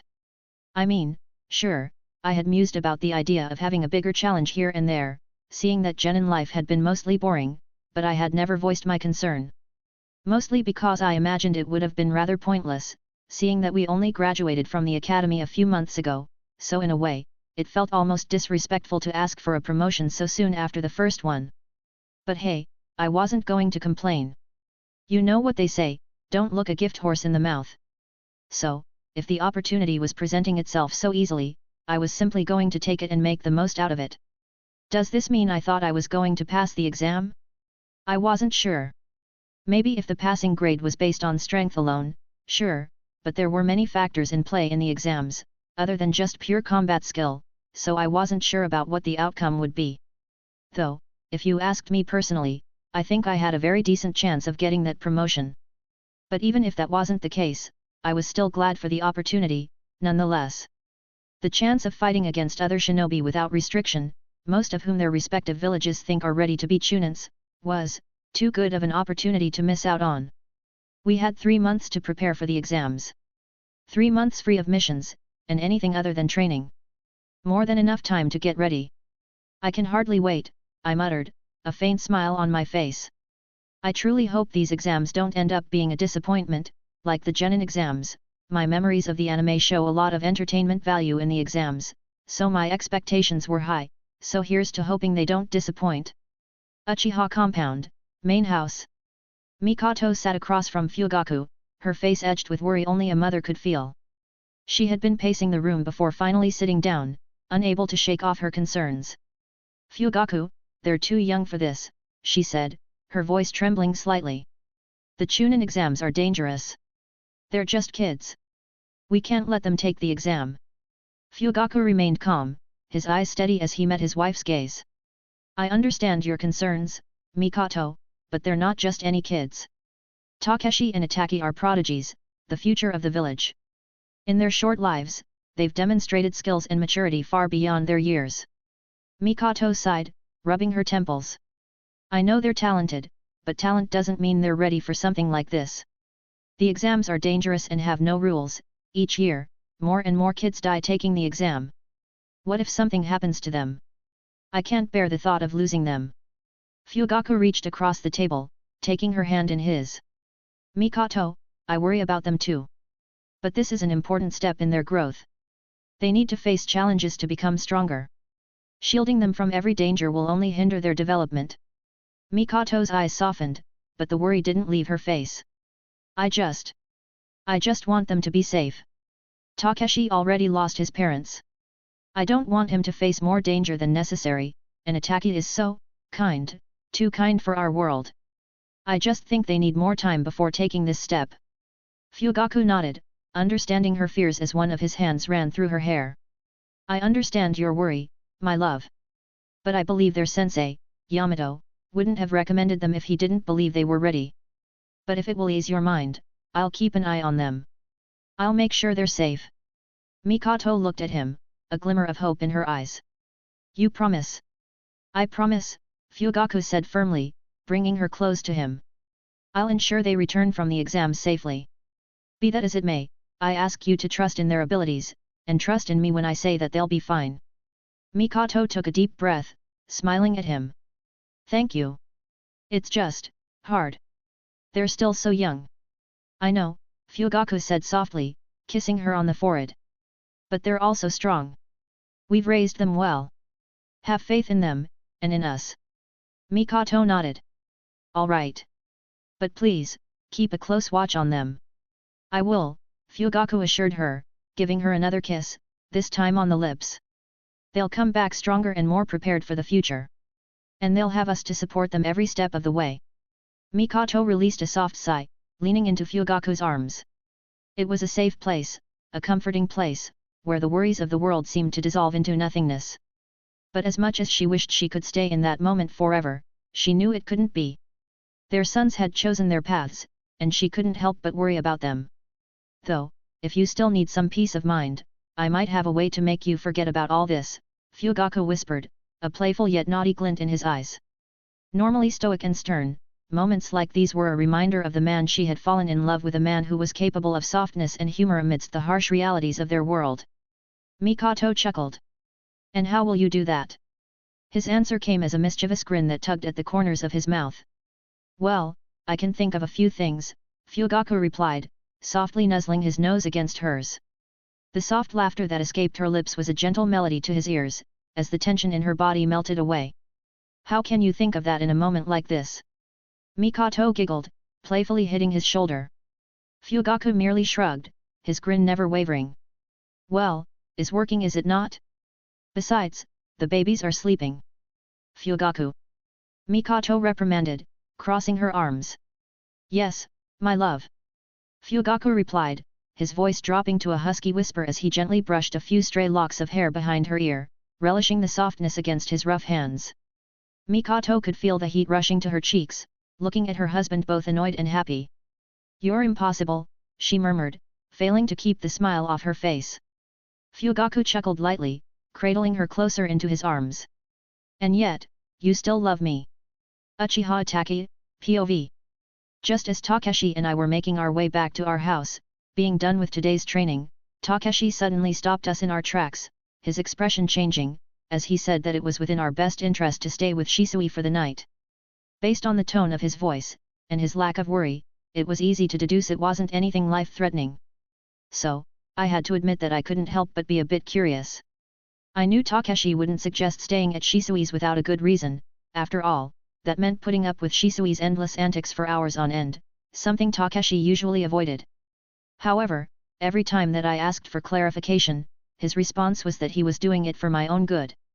I didn't like that answer, as it implied that whatever the reason was, it was something that I wouldn't be able to deal with.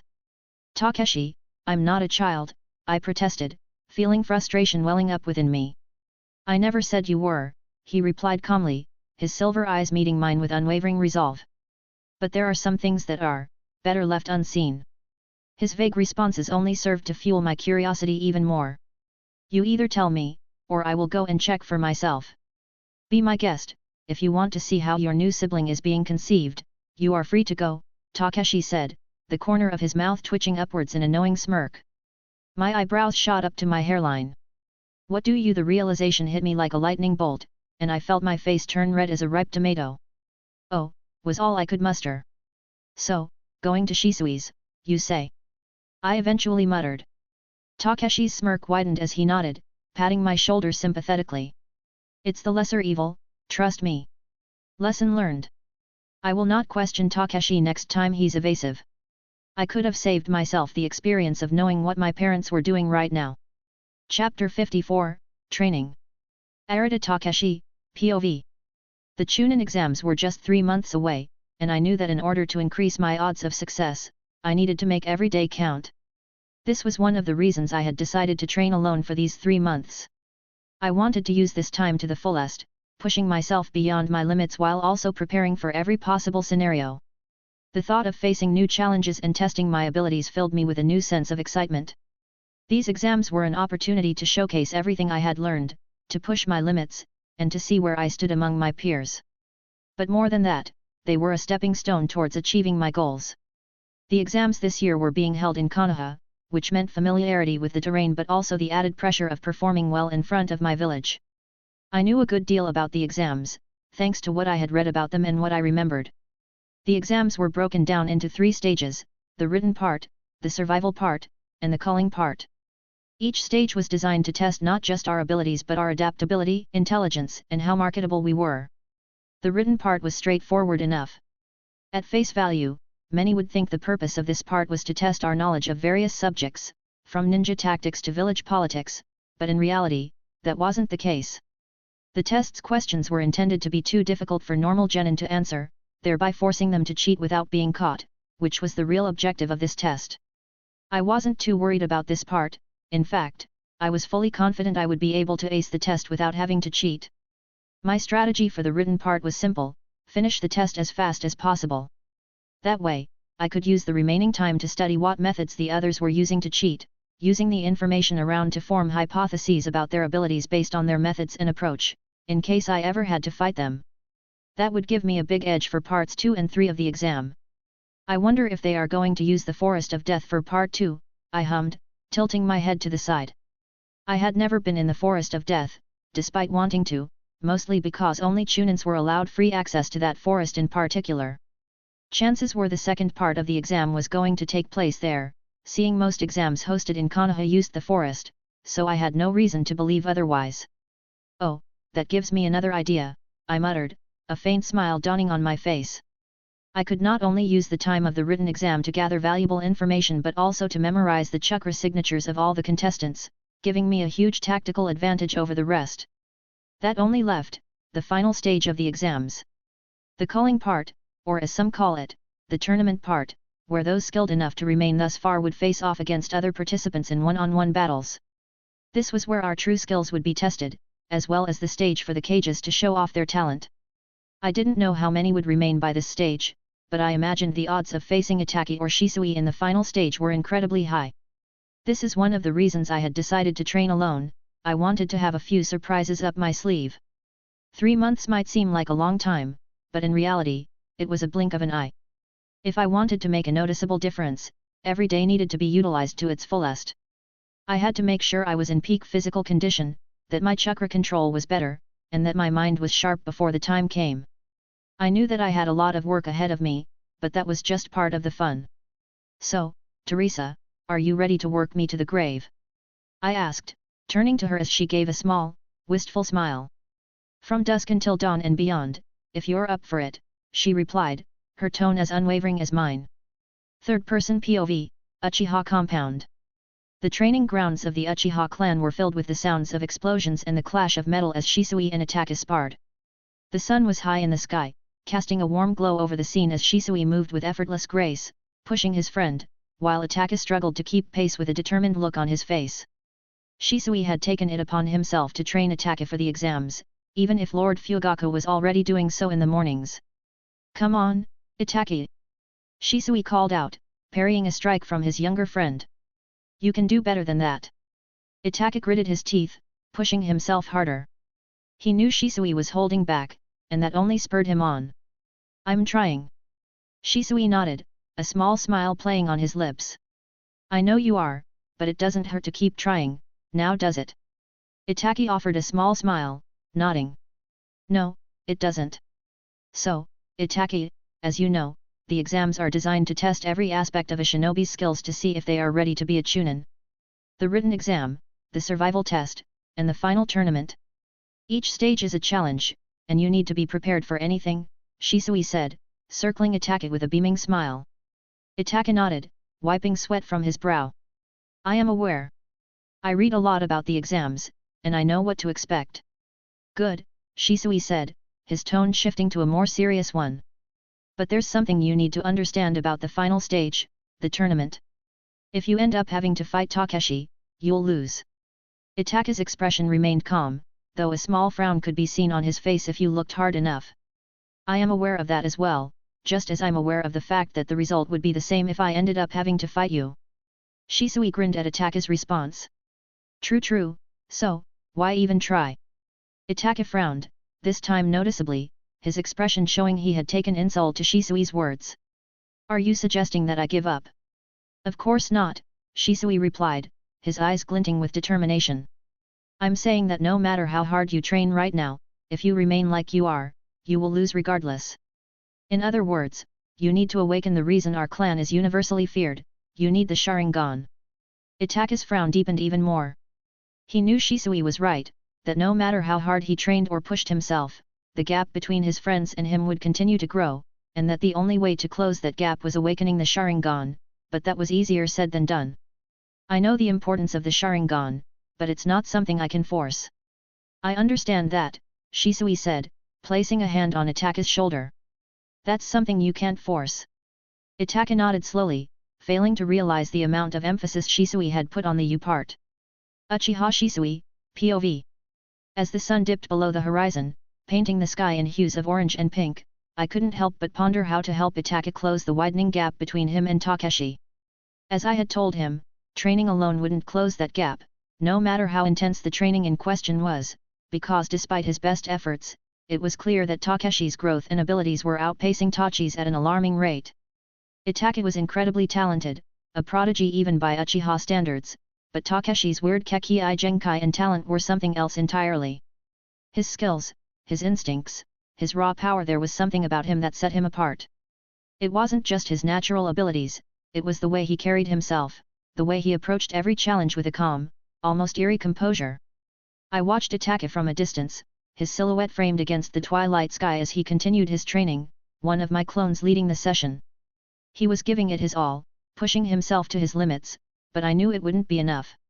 Not without the sharingan. The matter of the problem wasn't that Itachi was less talented than Takeshi or less smart, it was that unlike Itachi, Takeshi had access to his bloodline, giving him a huge advantage. So, if Itachi wanted to keep up, he needed the sharingan, and fast. Unfortunately, awakening the sharingan and its evolution wasn't something that could be achieved through sheer willpower or rigorous training alone. It required a catalyst, a moment of intense emotional stress or trauma. For me, it had been witnessing someone precious to me die, a moment that had etched itself into my very soul. Itachi's chances of awakening the sharingan before the exams were slim. The circumstances of my own awakening replayed in my mind, and a thought began to form, an idea that could potentially help Tachi's situation. What if I could replicate a similar scenario through a genjutsu? If emotional stress was all the body needed, I might just be able to push Attack to awaken his sharingan. It was a risky plan, one that hinged on Attack's mental and emotional resilience. But if anyone could handle it, it was him. The thought of putting Attack through such an ordeal weighed heavily on my conscience, but the alternative, sending him into the Chunin exams without the sharingan, without the power he needed to compete, seemed far worse. I was his friend, and a good friend had to be capable of traumatizing their best buddy for the sake of power. And I was the best friend to have around, so it was up to me to give Attack the need for a therapist and a pair of cool-looking eyes. Smiling, I continued to watch Attack, his movements precise and fluid but lacking the edge that would give him a fighting chance against Takeshi. My best buddies and forcibly adopted little brothers would do great in the exam. The only question was who would place second in the exams, because obviously, I was going to get first place, and there wasn't enough trauma out there for them to close the gap with little old me.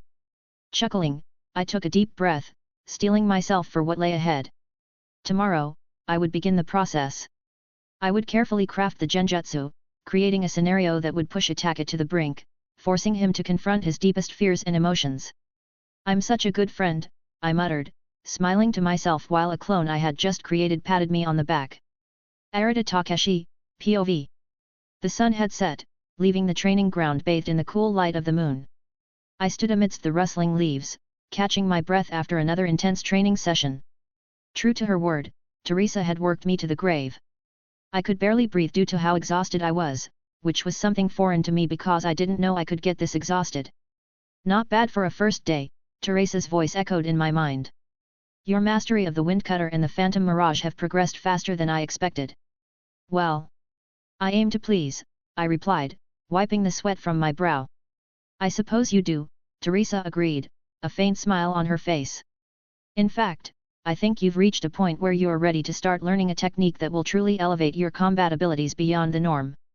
The Claymore technique with the highest offensive power, the one that allowed me to kill Priscilla, Irene's quicksword. I had seen glimpses of its power in my memories of the Claymore anime, a technique so fast it created the illusion of multiple blades striking simultaneously. It was said to be one of the most formidable techniques ever developed by a Claymore warrior. The quicksword. I repeated, my voice tinged with excitement and anticipation. And here I was thinking you were saving the good stuff for the end. I was, Teresa confirmed, crossing her arms. But seeing you so dedicated to your training moved my otherwise cold heart, so I thought this was the perfect time to teach you the basics of the technique. Besides, I think you are ready to start this part of your training. The quicksword is a powerful technique, one that requires not just speed but an understanding of the flow of battle, a keen awareness of your surroundings, and precise control over your body's movements. You've shown that you possess all these qualities, at least to some extent. I was getting far too many compliments from Teresa in one day. I didn't like the red flag rising on the horizon. So, what's the first step? First, you need to understand the essence of the quicksword, Teresa explained, taking a step forward, looking at her right arm. It's not just about moving your sword faster. The quicksword is performed by channeling all of one's yoki into one arm, essentially letting that arm awaken.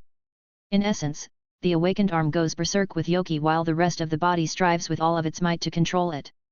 The end result is a barrage of sword swings with such great velocity that it is impossible to see with the naked eye. Partial awakening, that felt dangerous, but if Teresa thinks there's nothing to worry about, I won't think too much about it. Sounds easy enough, I suppose. That's not all. The quicksword requires perfect calm at all times, especially during battle. Any strong emotion and the yoki starts spreading, which could result in your awakening, Teresa added. Considering I have to let one of my arms basically awaken to use this, it makes sense. Emotional stability is one of the parts that kept Claymores from awakening, so I imagine the same is what would keep the user from losing itself to the technique. Okay, so when do we start? I asked, smiling at her. Chapter 55, Shisui vs Lady Mikoto. Uchiha Atake, POV. The sun hung low in the sky, casting long shadows over the training ground. I stood alongside Shisui and Takeshi, our breaths synchronized as we sparred. The rhythm of our movements, the clash of kunao, and the rustling of leaves underfoot was familiar, almost comforting. Takeshi had taken the day off from his training to join us, and I was glad he had. There was such a thing as too much Shisui, and I was at that point. We eventually paused our training session, taking a moment to catch our breath. You're getting faster, Itaki, Shisui remarked, a proud smile on his face. And your shurikenjutsu is getting dangerously good. I'm proud. Takeshi nodded in agreement. Please, do become the strongest Uchiha of your generation. Shisui needs someone to take him down a peg or two. I nodded, smiling at them. He does, doesn't he? Shisui pouted, crossing his arms. You two are just jealous of how handsome I am. I'm pretty sure I have more fangirls than you, Takeshi replied, grinning. Not because everybody buys it, it means it's the best, it's just the most affordable option, Shisui retorted, sticking his tongue out. So what you're saying is, you are expensive and a bad product. Takeshi replied, shaking his head. No wonder I have more fans than you. Before anyone else could say a thing, a chilling presence washed over us, drowning the area with killing intent. Snapping around, I saw Danzo approaching, flanked by a group of Anbu, most likely the ones Takeshi told me he usually had around him. His expression was as cold and calculating as ever, his eyes devoid of any warmth. What was he doing here? It made no sense for him to try and make a move this early on unless he wanted to eliminate us, but even then, this was too risky for him to accomplish without causing a civil war. Uchiha Itaki, Uchiha Shisui, and Arata Takeshi, such wasted potential, Danzo began, slowly approaching us, his voice carrying an ominous weight. I would have wanted you three to work under me, but alas, you are more trouble than you're worth. You three have become a threat to the Leaf. Such power in the hands of those who may not be loyal is a risk we cannot afford, is a risk I cannot afford. My heart sank as he continued, his words filled with nothing but malevolence. Therefore, I have decided that you must be eliminated. Before I could react, Danzo's men moved in unison, their speed and precision overwhelming. I tried to step in, to defend my friends, but before I could do so, a group of his agents restrained me, their grips like iron. I struggled against them, but it was no use. Shisui! Takeshi! I shouted, my voice filled with desperation. Run! Tell father! Shisui and Takeshi, however, refused the idea of leaving me behind, so fought back valiantly, their skills giving Danzo's men trouble, but the sheer number of them was too much. My heart pounded in my chest as I watched in horror. Shisui was the first to fall, a kunai striking him down, hitting him in the neck. His eyes met mine for a brief moment, filled with regret and determination, before his body crumpled to the ground, bleeding. No! I screamed, my vision blurring with tears. Takeshi continued to fight, his movements a blur of speed and precision. But even he couldn't hold out forever. He took down several agents, but eventually, cutting one after the other, until he too was overwhelmed. He fell to his knees, blood staining the ground beneath him. The pain and rage that filled me were indescribable. My vision swam, the world around me becoming a haze of red. And then, something within me snapped. The pain and anger were too much to bear, and in that moment, I felt a surge of power unlike anything I had ever felt before. As I looked around, I realized that everything I was seeing was an illusion. Danzo, his men, Shisui and Takeshi's deaths, it was all a genjutsu. My sharingan had awakened, revealing the truth, and shattering the lie. This was all an illusion? But who would do such a thing? And why? It worked! Shisui exclaimed beside me, grinning from ear to ear. It was him, he was the one that put me in that genjutsu, he was the one that made me watch them die, using what I had told him about Danzo to create this. You! I hissed, turning to face him, anger and relief mingling in my chest. Why would you do such a thing? You insufferable moron! Do you have any idea how much it hurt? How much it pained me seeing you two die while I could do nothing about it? It was the only way, Itaki, Shisui said, raising his hands in surrender. You needed to awaken your sharingan, and this was the only way to do so without actually having to see someone you love die. He was making a good point, but I didn't care. To hell with logic right now. This wasn't your call to make. I snarled, getting face to face with him, my hands tightened into fists, my sharingan blazing with suppressed fury. The pain that had been so overwhelming moments before transformed into a blistering rage that threatened to consume me. Shisui raised his hands defensively once more, a placating grin still on his face. I know, but Tachi, it worked. It was all a lie, an illusion, sure, but you awakened your sharingan without the actual trauma we all have to go through. Now instead of having to watch your friends die, like all Uchiha had to so far, you can save them. I took a step back, my rage quelling ever so slightly as his words sank in. I wouldn't mind letting you die right about now. Shisui merely laughed. That's fair enough. I did just force you into an illusion where you had to watch me and Takeshi die. I hate you, I all but hissed at him. Shisui simply shrugged, the infuriating grin still glued to his face. You don't mean that, he countered with a wink. You love me, and you know it. True, I don't mean that, as much as I would want to, but I do mean this, I replied, a cold smile dawning on my face. I will tell my father about this. And my mother. Shisui's grin wavered, replaced by an expression of total apprehension.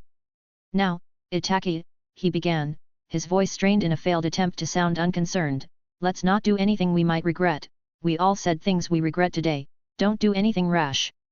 I won't regret it, I shot back, my tone cold and devoid of emotion. In fact, I will enjoy it very much. Itaki, please, I'll do anything. Shisui begged, desperation seeping into his voice. Your father will kill me, and that's okay. But your mother, she will get to me before your father, and she will do things to me that are not only inhumane but illegal across the elemental nations. Things not even the Konoha torture and interrogation force would dare to utter. I simply shook my head, folding my arms across my chest, a faint smile on my face. You should have thought about the consequences before you decided to play God with my life, I retorted icily. Shisui laughed nervously, his voice sounding more and more desperate. Remember our bond, our kinship. We're like family, you wouldn't. This time, I didn't stay to listen to his words, instead I began running towards the compound. After all, I had a feeling my father and mother would find what happened today very much to their interest, and if Shisui survived whatever punishment they deemed fit, I would forgive him. But as far as I was concerned, if I had to be tortured, so did he, that much seemed fair, if you ask me. But even if it wasn't, I was allowed to feel vindictive right now. Arata Takeshi, POV. I don't know why, but I feel someone did something unimaginably stupid, and somehow, I feel that someone is. Shisui. I can't explain the sensation, or why exactly I have this feeling, but I feel the very distinctive sensation that Shisui did something so horrendously bad, so unimaginably stupid, that it will piss Lady Mikoto off like never before. I wonder, what exactly? It was honestly hard to imagine Lady Mikoto angry, she had a very serene and motherly air about her. Yet, I could not ignore the prickling feeling creeping up my spine like a slow approaching storm. I guess the question now is, should I get snacks to see what will happen to Shisui? Or is this more of a full meal kind of an event? Oh, should I get a drink too? What about dessert? Will there be enough time to enjoy a nice slice of cake? These were the real questions, the ones that required a strong will to answer. Thanks for listening.